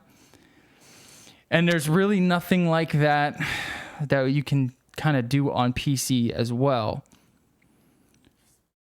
Because it's not really Optane seems either. Absolutely useless, dude. It seems I'm probably not explaining it really well, but if you want to look at whatever they said about it in their press conference. Well, no, because that doesn't make sense, because the idea of using RAM as fast to increase memory cache is because RAM is faster than a normal hard drive. But if you're hitting 9 gigabytes per second over PCIe 4, that's faster than RAM. So if you were to then put it back to RAM, the RAM's actually going to be slower. Yeah. So I'm probably not explaining it. I'm probably not explaining it correctly. Like if you're thinking of it in like Optane terms. Because the point of Optane is like, oh yeah, at least your RAM's faster than a disk drive. So we can do that to speed up a disk drive. But if you already added top end SSD speed, the SSD speed's way fucking faster than the RAM already. Especially if you're using PCIe Gen 4. No, this is different. I don't know how to explain this. I don't know how to explain it. They're doing something funky with it. And Xbox is kind of doing it in the same manner as well. They're just not as fast. And that's one of the differences there. You can get some RAM where the transfer rate's going to be faster than the PCIe 4 if they're using like better than basic memory, which would surprise me. You can get much faster than PCIe 4 if you're doing good memory, but it's still kind of, I don't know. It's like a pointless exercise. It's like noticing the difference between a standard SSD and an NVMe drive. So can you tell the difference slightly, but is it a huge difference? No. Is it actually worth doing? Probably not for the price. So this is what they're saying here. This is an explanation. They're using a custom-built hardware that directly loads data from the SSD to the RAM at the full speed of the SSD, bypassing the CPU in the process, which is around 9 gigabits per second of compressed game data loading directly to the memory. So it's almost like, it's kind of like how they do it with the Optane, except they're utilizing the SSD. Okay, I see what you're saying now. No, that is not how the Optane works. But I see what you're saying. Yeah, I'm not exactly sure how Optane works now. That's kind of Optane still talks through CPU. That's a completely different structure of bypassing hardware, basically. Okay, that makes more sense. But even still, that's okay. Like, I don't know. As like the programmer side of me is like, that's kind of cool, but at the same time, like, it's fucking useless. But okay. Why would it be useless? Because the SSD should already be fast enough that like you're cutting out nanoseconds, which can improve speed for specific games, but the vast majority of games, it's not going to do anything because your SSD is already, in theoretically, your SSD should be fast enough that you're never going to touch the bandwidth cap anyway. It's kind of like why everyone was laughing at AMD for PCIe Gen 4 of just like, that's awesome. We have all this more extra bandwidth, but our graphics card still isn't even maxing out PCIe 3. So it's cool. Is it useful? I'm curious. Maybe we should look. Maybe we should watch. Maybe we should go and see what they're saying. Because what they showed is, I mean, it's a dramatic increase in performance and in load times, and that's kind of one of the cool things about when they show the. It's basically jumping in and out of games. But and what are they comparing it to? To the original PlayStation. Yeah, no shit. It's an SSD powered with RAM versus a fucking but there's no load. disk drive. There's no load when they show. Yeah, there shouldn't be. Yeah. What games on your SSD still load? All of them. I can't just hop in a game. I gotta load it up. Bannerlord doesn't. Yeah. I don't know. Maybe you got some special computer over there. No, I just mean like newer games. Like a lot. Like most of the newer games that I play are just infinitely running. So I guess it's a different game style. I don't know. That's a cool. Yeah, but when you feature. go and you go play a game, there's a load time.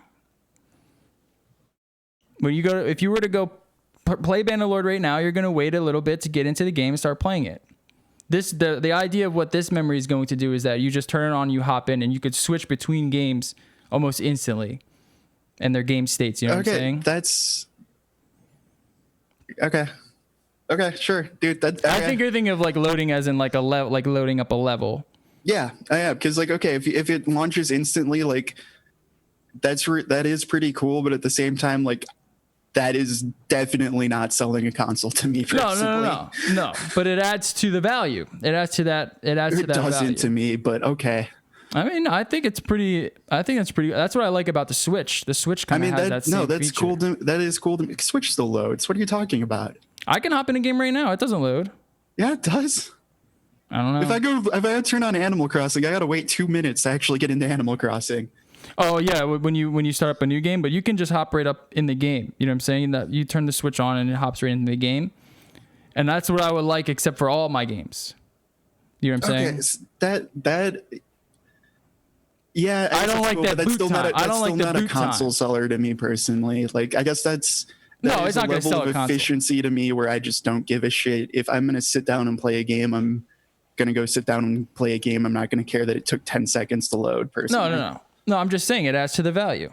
It's something that's nice to have. You know what I'm saying? And so then you add that with, we have these new graphics options. I'm trying to add some value to these systems. I know you're trying to detract from the value. You see? I'm not. I'm trying to just. You're trying to justify. I'm trying to actually value them and not overinflate bullshit. I'm not. I'm just saying. I'm just trying to add some value to it. They're not completely useless. I know your PC master I know. race. My point isn't they're completely useless, but I'm just also saying like, cool. It's like I don't know. We do this a lot with a lot of features in the world where like everything is now a feature system thing, and it has to have tons of features that aren't actually features. They're just like, cool, I guess that's kind of cool, but does this actually add value to my life? Probably not. Well, all right. Considering that, I mean, we can always just break it down to just the bare bones, right? How good game is. Like that's still to this day. That's kind of how I feel about NVIDIA graphics cards with DLSS. Cool in theory, still hasn't done anything. Yeah. Like, it's a great feature that's useless. Yeah. I mean, does it actually add value? No. See, I disagree. That's where I would disagree. I do think like these little tiny features, otherwise you just otherwise you go down to the base value of like, you know, how fun is Frogger? How fun is Snake? And how much value you take from these games and their base value in terms of how much they cost and how much enjoyment you get out of them.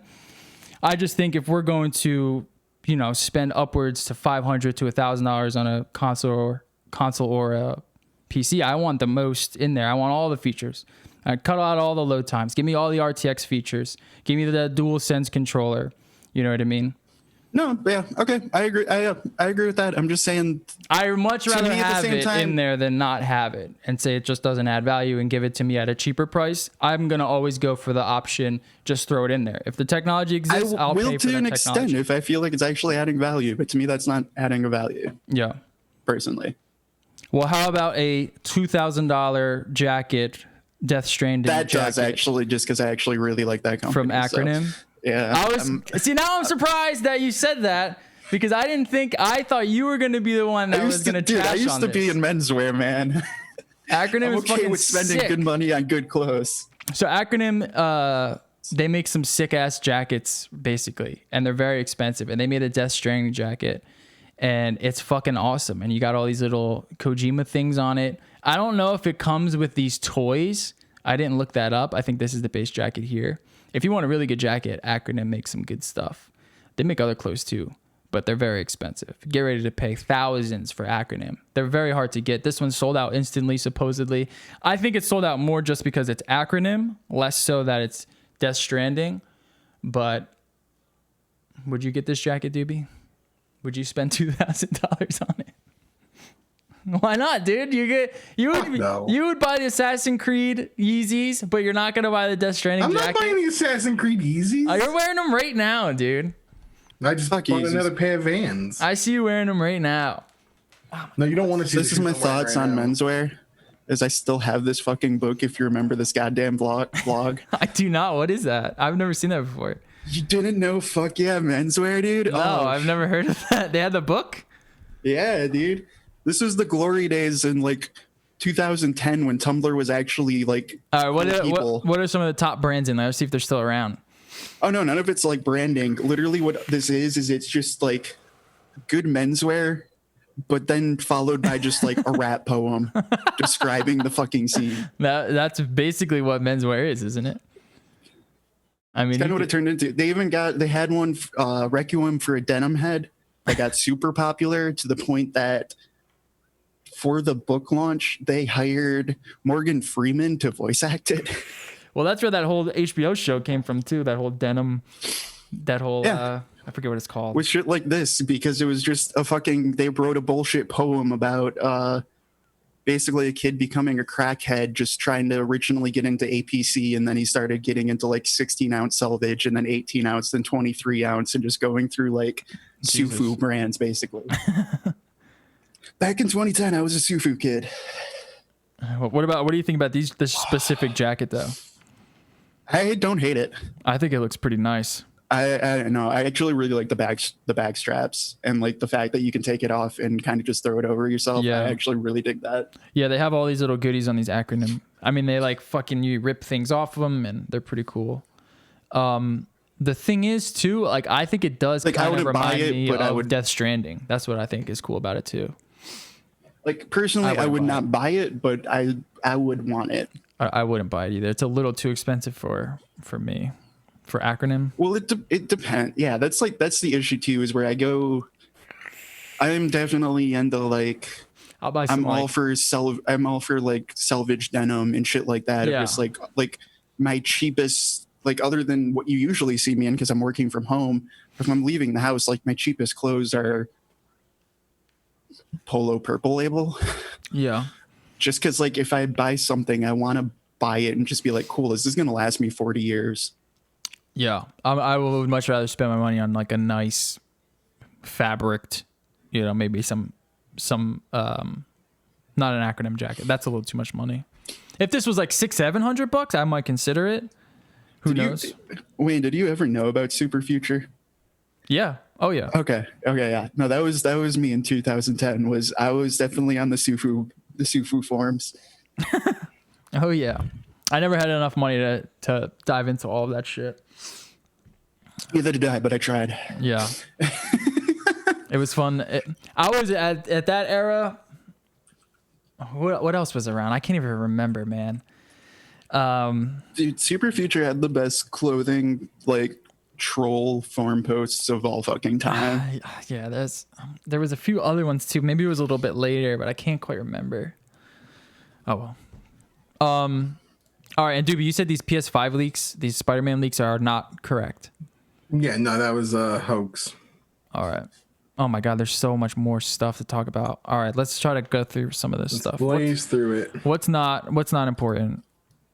I'll tell you right now what's not important. Switch firmware 10.0, you can remap your controller buttons. That's kind of cool. What did you say?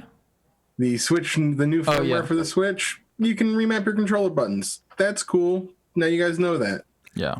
Witcher 3 on Switch sells 700,000 in first 3 months. That's pretty impressive. A lot of people are replaying Witcher 3. I guess that haven't. It's probably going to hit 1 million in sales for a third-party title on the Switch. Yeah. Solid. Bannerlord did that in 2 days. Yeah. Doobie still hasn't played Witcher 3. Also true. Don't play the Switcher version, please. Mario Maker update brought a bunch of new cool concepts to the game. It's going to be the final update. Essentially, they're getting a bunch of new power-ups, a lot of Super Mario Brothers 2 style stuff, and a super world creator where you can now kind of create your own custom worlds, which is neat. The game did not sell as well as I think they wanted it to sell, so this is why they're probably just pushing out this one last update. But pretty neat. And then, so Switch demand is really high. There's a new They're hard to get. Yeah, there's a new stock, new high for their stock in the last 52 weeks. It's the highest it's been. But unfortunately, a lot of because all this coronavirus and the quarantines, they're selling out like crazy. People are using bots to scoop up and resell at high prices. Mm-hmm. So scalpers are using Discord. There's a new bot out there that is essentially targeting Walmart and Best Buy, I believe. And these people are sharing the bot with each other. These scalpers are working together. I'm trying to buy home equipment for the gym. That I want to build a little gym in my basement. I can't find it anywhere. Everything's sold out, and they're scalping on dumbbells. You can buy dumbbells right now for the low price of $600. That's for ridiculous. 4 dumbbells. How much do they usually go for? Like $30. That's fucking bullshit. I know. It's insane. Welcome to capitalism. Now, hey, get your money. If you find a sucker that will pay that money because they really need to work out, then good for you. But the bots thing sucks. is like, it reminds me of just like the problems we have with concert tickets with scalpers. Oh yeah, you're never gonna get rid of that. Scalping is a way of life for some people, and I get it. But so continuing, since let's come to the end of this. Nintendo devs currently being given as much time as needed to develop their games. They're not being put under any crunch right now, which is probably smart. Everyone, people working from home. This whole situation has really kind of forced things to change. So I guess the fact that they're getting as much time to be satisfied with their games might turn out to make better products. Apparently, when Animal Crossing got delayed, they didn't want to release that until they were happy with it. Right. And then I know that I want to save this one for the last. So Final Fantasy VII Remake ships more than 3.5 million units in the first 3 days. So there you go. Pretty successful. That's pretty good. That's like Madden levels. Oh, that was shipped. True. Shipped. But I imagine with everything going on right now, because that's included with digitally as well, that it's probably a higher sell rate than other games that have said they ship that much, just because everything is kind of custom. You can't go to a store and buy a game. You have to buy it online or buy it digitally or do curbside pickup. So it's not like these places are ordering a ton of stock because there's just nothing to really have stock-wise. Yeah, that's pretty good for it, though. So we'll see how that number improves. I think it's third best PlayStation 4 exclusive, or at least timed exclusive, behind Spider-Man and God of War. So not bad. ESERB and PEGI add notices to their ratings about in-game purchases with randomized items. So now it's on the box where it says like T for teen or PEGI 18. Now it says has in-game purchases, parentheses, randomized. So more of that kind of warning about loot boxes and shit like that. I mean, if you're a mom and you don't know what a loot box is, and you see that, do you know that that means gambling, essentially? No. It's to appease the people that are complaining. It should say... That's what it is. It's just appeasement. I mean, I'm not appeased, and I'm complaining. It should say simulated gambling... offers simulated gambling. What about the mom that clearly knows that it's a mature rated game that buys Grand Theft Auto 5 for their 12-year-old? Yeah, but I mean, I don't know. I feel like simulated violence is different than simulated gambling. There's something different about it. just a mindset. I don't know. That's an interesting study I'd like to see. Like they want to do all the studies like, do video games cause violence, or like, do violent video games cause people to be violent? Do games with gambling cause people to become gambling addicts? Yeah. That would be a really interesting study. I would love to see that. I know, like the other two have been proven false multiple times. Right. Yeah. But gambling's be different because like, if you're gambling in game with currency, even if it's in-game currency that you earn, right, it's still gambling. It's still gambling. Yeah. You're still. But what happens is when that's taken out of the game sphere, like you don't get that fixed with violence. If you're a violent person, you don't get that fixed by killing someone in Grand Theft Auto. It's not the same way. You know what I mean? That release of serotonin and that sweet release of serotonin. Brain. It feels so good when you murder someone in cold blood. We usually call those people psychotics or psychopaths. Oh man, it sucks. You don't get it in games. Just call them protesters. Yeah, but I don't think that. I mean, that's whatever. What are you gonna do? At least it's final gaming news. And this is a good one because it has to do with our boy Jason Schreier. Randy Pitchford. He beat up Jason Schreier. What a crazy story. Accuses Kotaku of publishing a false report about Borderlands 3 bonus issue. He essentially calls out Jason Schreier as a liar. Kotaku's Jason Schreier. I mean, who do you believe? Do you believe Randy Pitchford or do you believe in... What are some of the quotes from Randy Pitchford in this Jason too? It was, outrage is currency. That's a good one. Yeah, he says the... It is. That's for sure. The article claims anonymous sources and mentions 3 only in a sentence that confirms that a meeting took place. 2 sources confirming a meeting are the statement from Gearbox and the PR person delivered it. It's the tabloid narrative that is a lie. Whatever you read was created by someone who profits from your attention and is rewarded for inspiring outrage that may motivate you to share the story with others. I don't know. I feel like he's saying, it was created by Jason Schreier's the one who broke it. Yeah. Jason Schreier, not really the person that I'm going to say is inspiring outrage. No. And Randy Pitchford has a bad rap, so yeah, I'm more inclined to believe Jason Schreier. I think he does this shit on purpose. I mean, I know he does it on purpose. To me, it's almost like non-news. He's trolling at this point.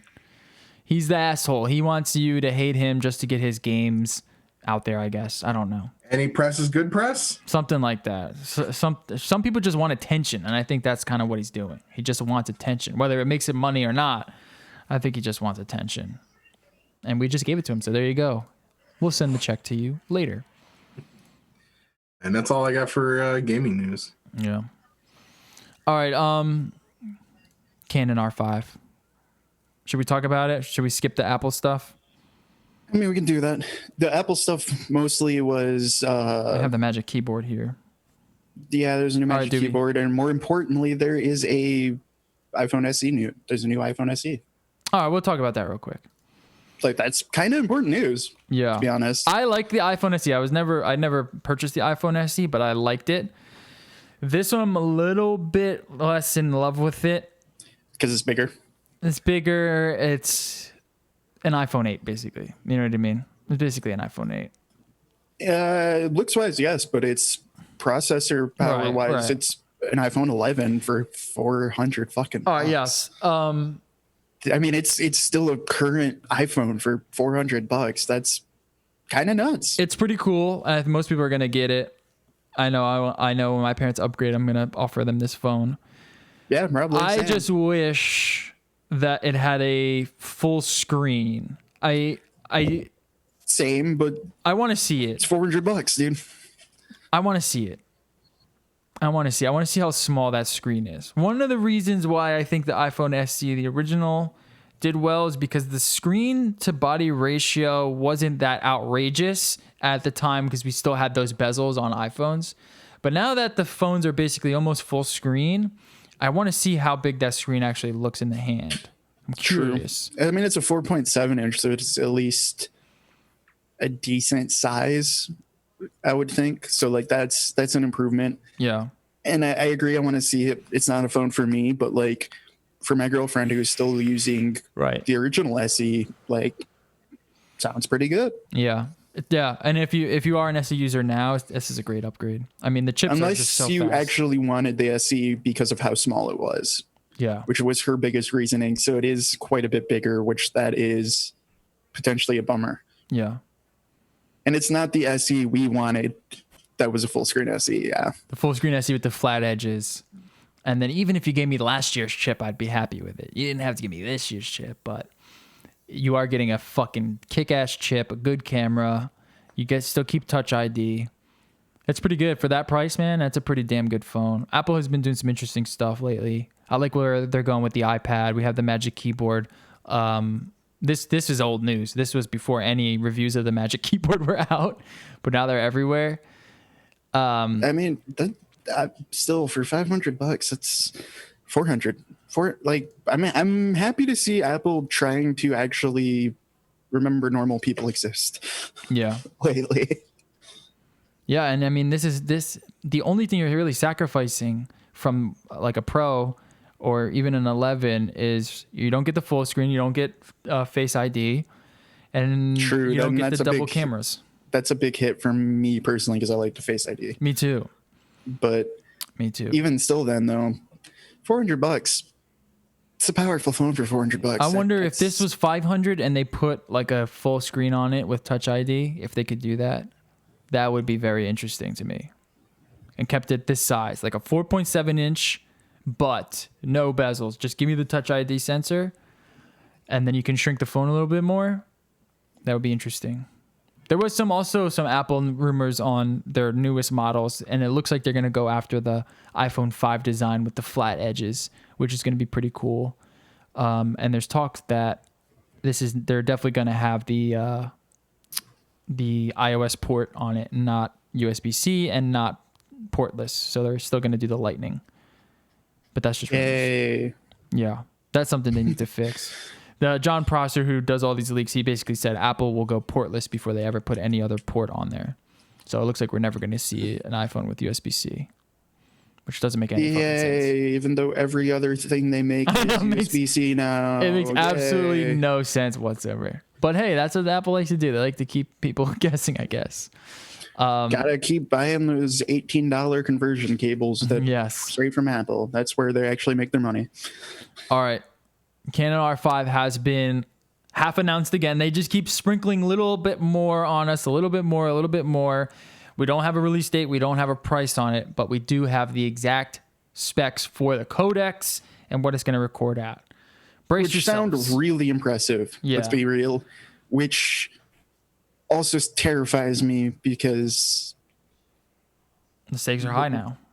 Right? yeah, The like this stakes are a could lot actually higher. be a really, really fucking good camera, but it's also Canon, so it could also be a really crippled camera. Right. The And we stakes are a won't know. lot higher for them to cripple something. From the rumors and the people who are rumoring from Canon, what they're saying is basically that this seems to be the camera that we've all been waiting for. That seems to be like everything that we think they're going to cripple, they're not going to cripple. That seems to be what the consensus is so far. We don't have all Yes, this. but that specs has either. also been mostly the rumor websites like Canon Rumors and Fuji Rumors and Right. all of those, which take with a massive grain of salt because Right. every single one of those sites is literally just ours is better than yours. Yes, exactly. Because it drives traffic to our site. I will say though, when we first heard these rumors, we were like, "There's no fucking way," and so far they've all come true, which is insane. So maybe this is where that's Canon does. what we're live. thinking. We're Yeah. thinking they come true. That's where I'm getting nervous. Is like, yes, which this is such a weird position because for a long time it's been the spec kids who went Sony and not Canon or other places versus the Canon diehards who were like, it's not all a spec sheet, and now all the Canon diehards are the spec sheet though. How the turntables. The All right, so spec sheet, because the spec sheet's awesome, but we haven't seen the camera and we don't actually know how this is going to perform. So here are And the specs. Knowing Canon, we have 4K 120p that probably doesn't have autofocus. Well, here are the specs: 8K raw internal video recording up to 30 frames, Raw That internal. sounds awesome, but Who cares? fuck that, dude. Who Just cares? fuck that. Why? No, I'm not doing that. Internal 8K recording up to 30 frames, 422 10-bit C-Log in H.264. Now that I would do. I don't know why it says H.265 here. It says H.264. See, that I would actually use. Oh, yeah. But if you're trying to shoot 8K raw, I'm going black magic or I'm not doing it. You'll have 2 seconds of recording time. Yeah. Like that's why I want a black magic version of this, honestly, is because black magic's the only fucking company in the world who has figured out how to actually make raw usable fucking codec. Yeah. 422 10-bit HDR PQ. Now, for people who don't know what PQ is, I have it here. I wrote it all down. It stands for Perceptual Quantizer. This is industry standard. This is where Dolby Vision, Technicolor, all of your mainstay HDR color spaces, they are derived from HDR PQ. HLG, hybrid log gamma, goes on a linear curve on the log gamma curve. So it's just linear, and it's basically meant for live production. So when you shoot HDR live, you don't have to worry about it. It's going to cover everything in a linear curve. HDR PQ dedicates more processor power and more color data and metadata into the midtones and into the skin tones, and the more the where the eye perceives the most data, that's where a lot of the data resides. So like the highlights and the deep dark shadows, it's going to take less data from it. So it's a little bit more of an optimized HDR curve, which is good that they went this route instead of an HLG route, in my opinion. Unless you are shooting, live broadcast and you want HLG, you're probably shooting on a Sony anyway. So that's very fascinating. The next big rumor, or the next big spec, 4K internal recording up to 120 frames. Oh wait, mind you, 8K, there's no crop. 4K, there's no crop. We know this is going to use the full width of the sensor. 4K is shooting up to 120 frames, 422 10-bit C-Log, 422 10-bit HDR PQ, and 4K external through an HDMI at 60 frames per second. They said they basically tapped out the HDMI port on there. The weirdest part of that, but yeah. Well, if they would have went, I guess HDMI 2.1 has a little bit more bit rate there than they could have done it. But then maybe they can't fit a full-size HDMI in there, so they can only go mini HDMI. I'm not exactly sure. Mom, I want a vape. But that's where that doesn't make sense to me, and I was a little bit more hopeful, because if you are trying to do like 4K 120, you probably want an external monitor, honestly. Yeah, especially for recording some purposes. Sort of recorder, some sort of external recorder, because you're going to be filling that card up. Yeah, like you want to be able, like, unless they were lucky, and this is the hope, that maybe they have a USB-C port on it.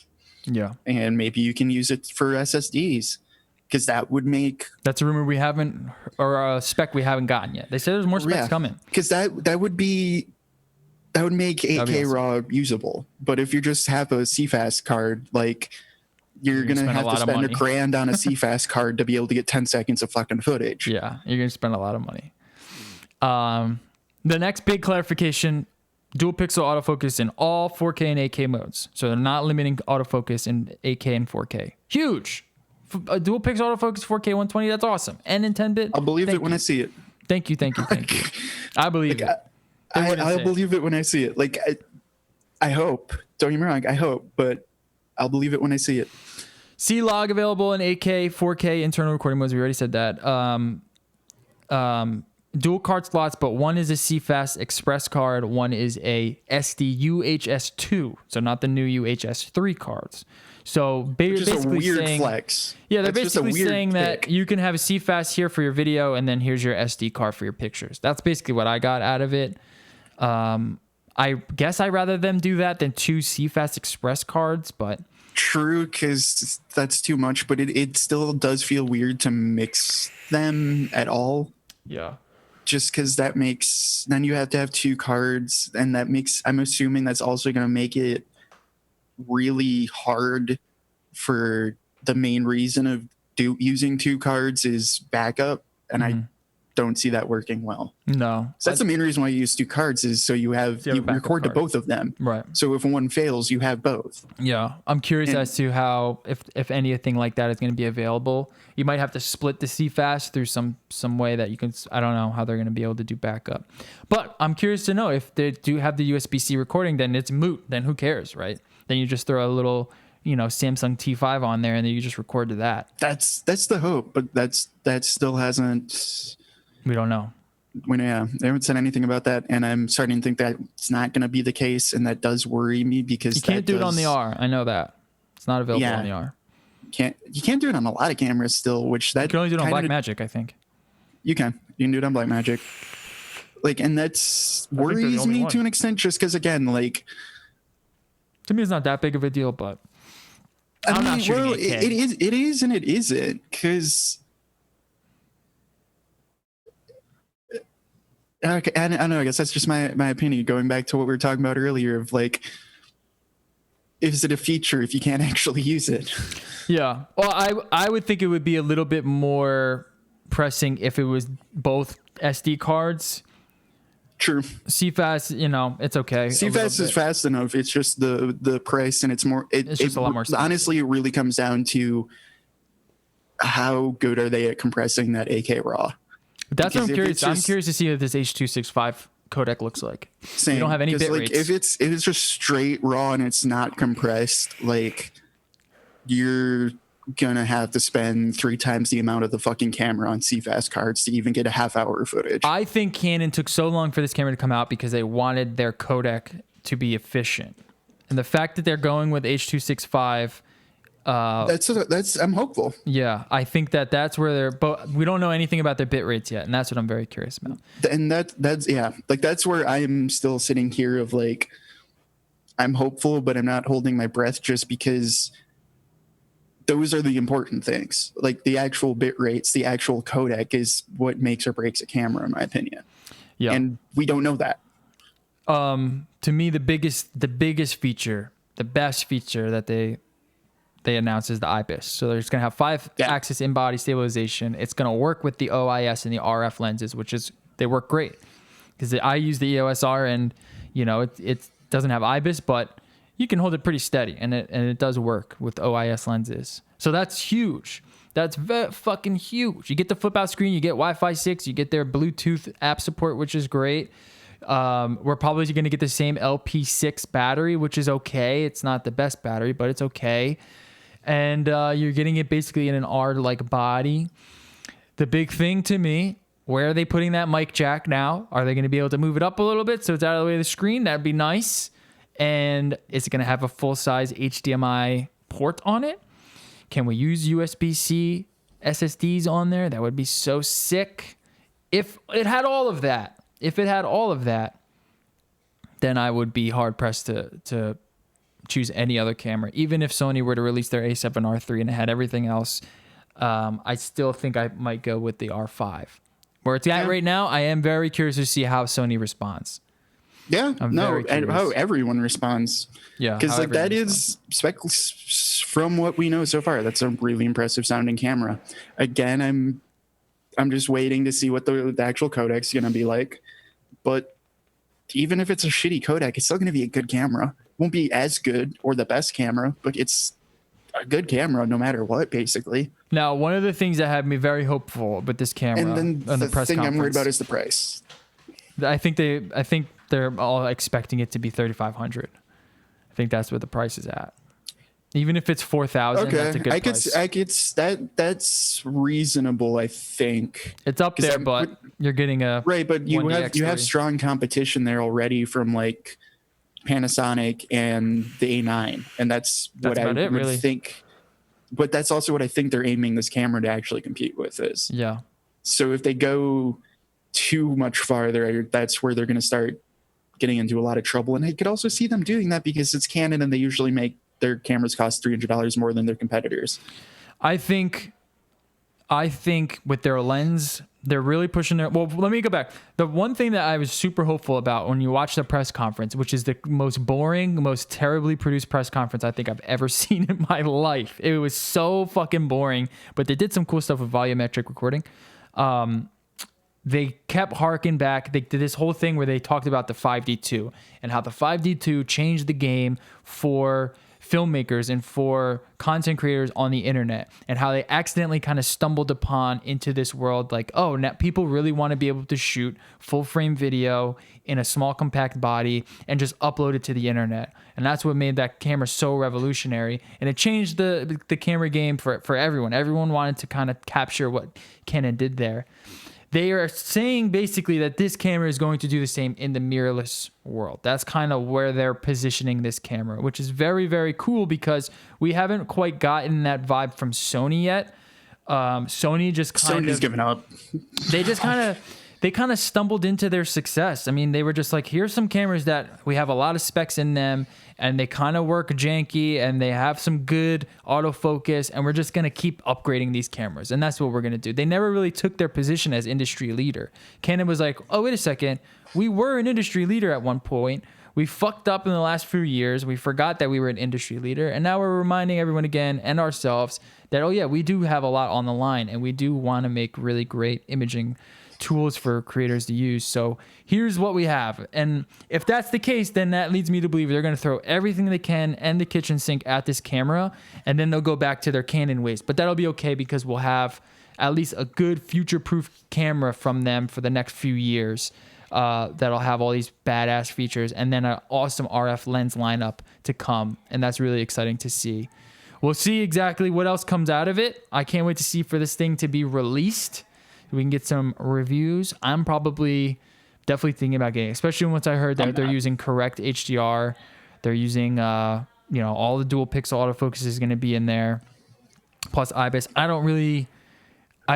need that. I need all of that with the flip out screen.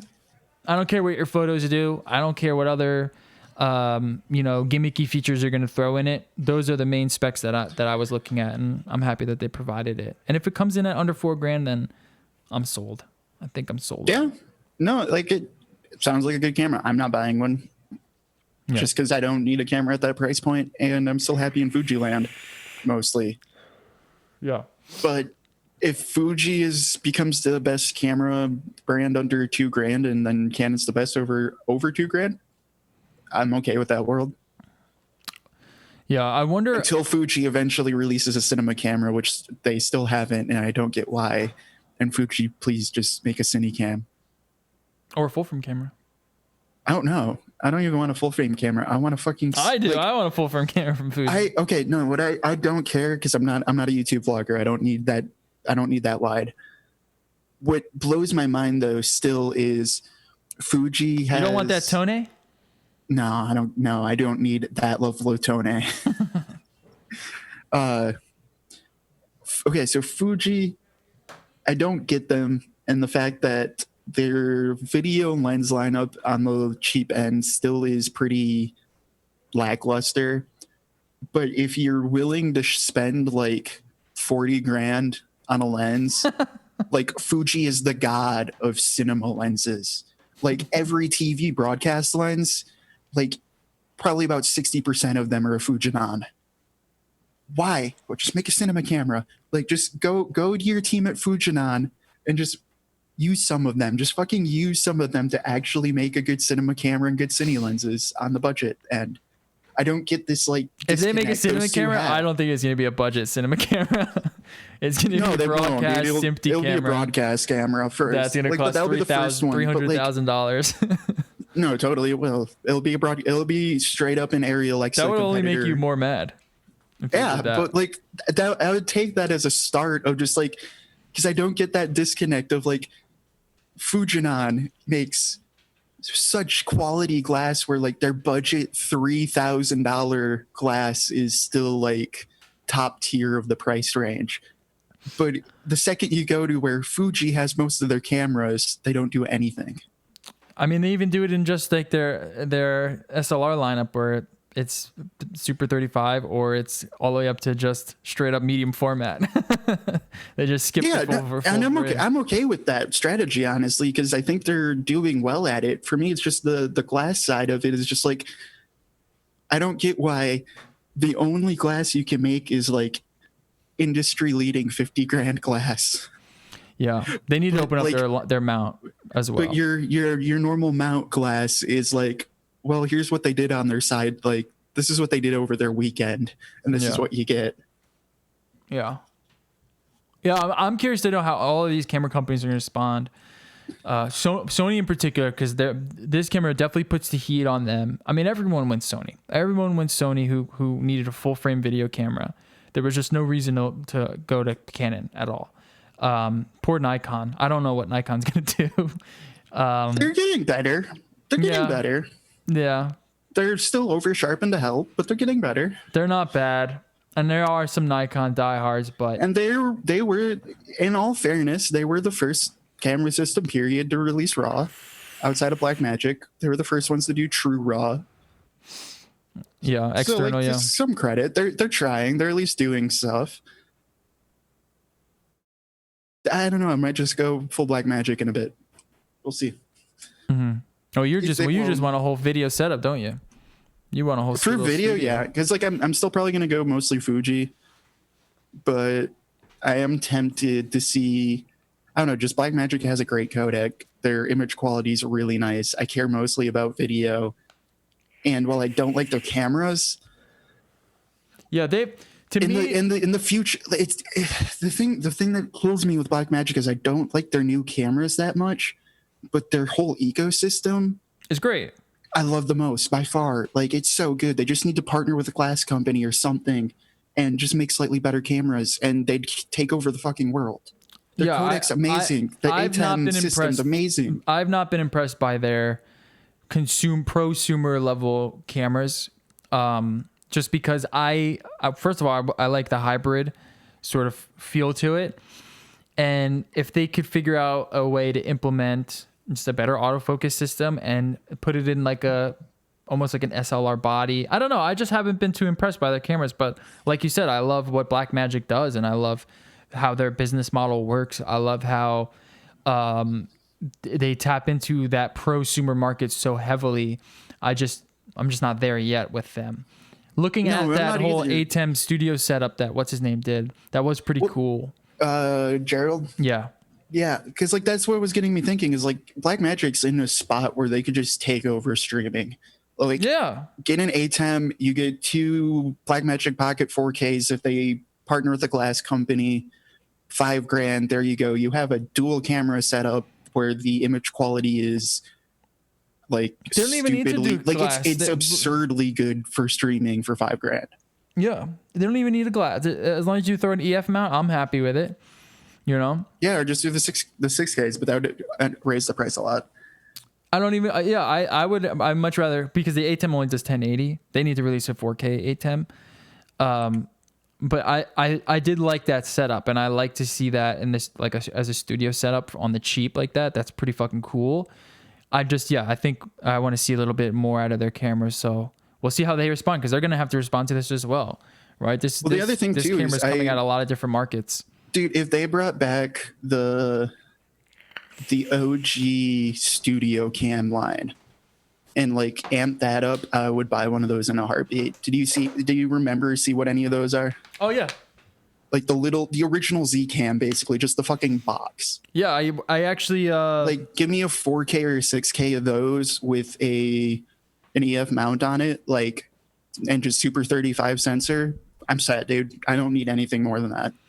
Yeah, when I first heard of Blackmagic, this was 6, 7, maybe 8 years ago. This was a long time ago, where it was that little tiny camera. It was like a little rectangle. I forget what it was called.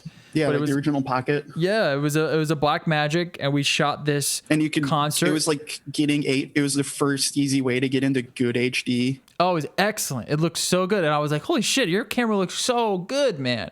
And just upgrade that. Do something like that. You don't have to give me every feature, but something that I could just throw on a tripod and replace that with, basically. That just runs off of power, throw the power on the wall. That would be something I'm interested in. Yeah, I would like to see some almost like more gimmicky stuff out of them. Something that's more dedicated to streaming or just video studios. They just need to make a Z-Cam. Like, just make a box that pairs with a phone that I can use as a monitor perfectly. If the Z-Cam came out from Blackmagic, I would buy it instantly and be done. Yeah. Like for this type of stuff that I do and want to do, like that's more useful to me than even the flippy screen. If I can just have it on my phone actually working well as a monitor that I can carry around with. Mm-hmm. I don't need autofocus that much. It would be nice. It would be nice to have better autofocus. But like if they were to make a Zcam like studio clone for like $2,000, dude, it would destroy a lot of stuff, I think. Yeah. Well, like for studio work, you can't beat that. I want to see how all these companies respond. I think Sony's definitely got everyone wants to know where the A7 III is. Are we going to see it? Are we going to see an A7 or an A7 IV, the S, A7S3 or an A7 IV? That's where I'm curious, because I think Sony's going to need to change a little bit in order to even respond remotely to this. This has got a lot of people excited. The camera market's been a little bit stagnant in terms of the full frame era. It's kind of just been incremental upgrades, and Canon's been very disappointing. Nikon was disappointing in their release. So this is like the first camera in a while that I think everyone is hyped up on. Man, Christina says, I didn't know Jerry was still alive. Jerry's alive every week, Tuesday, 6:30 p.m. Eastern, here on the No Life Digital channel. Come check out my Animal Crossing island and see my castle. Yes, Jerry owns a castle. I do. All right, I own 2 castles because you play the castle in the other game. True. All right, let's close it up. This was a good show, a good long show, 2 hours. We'll catch you guys 2.5 hours. Fuck you guys. We'll catch you guys next week. Peace.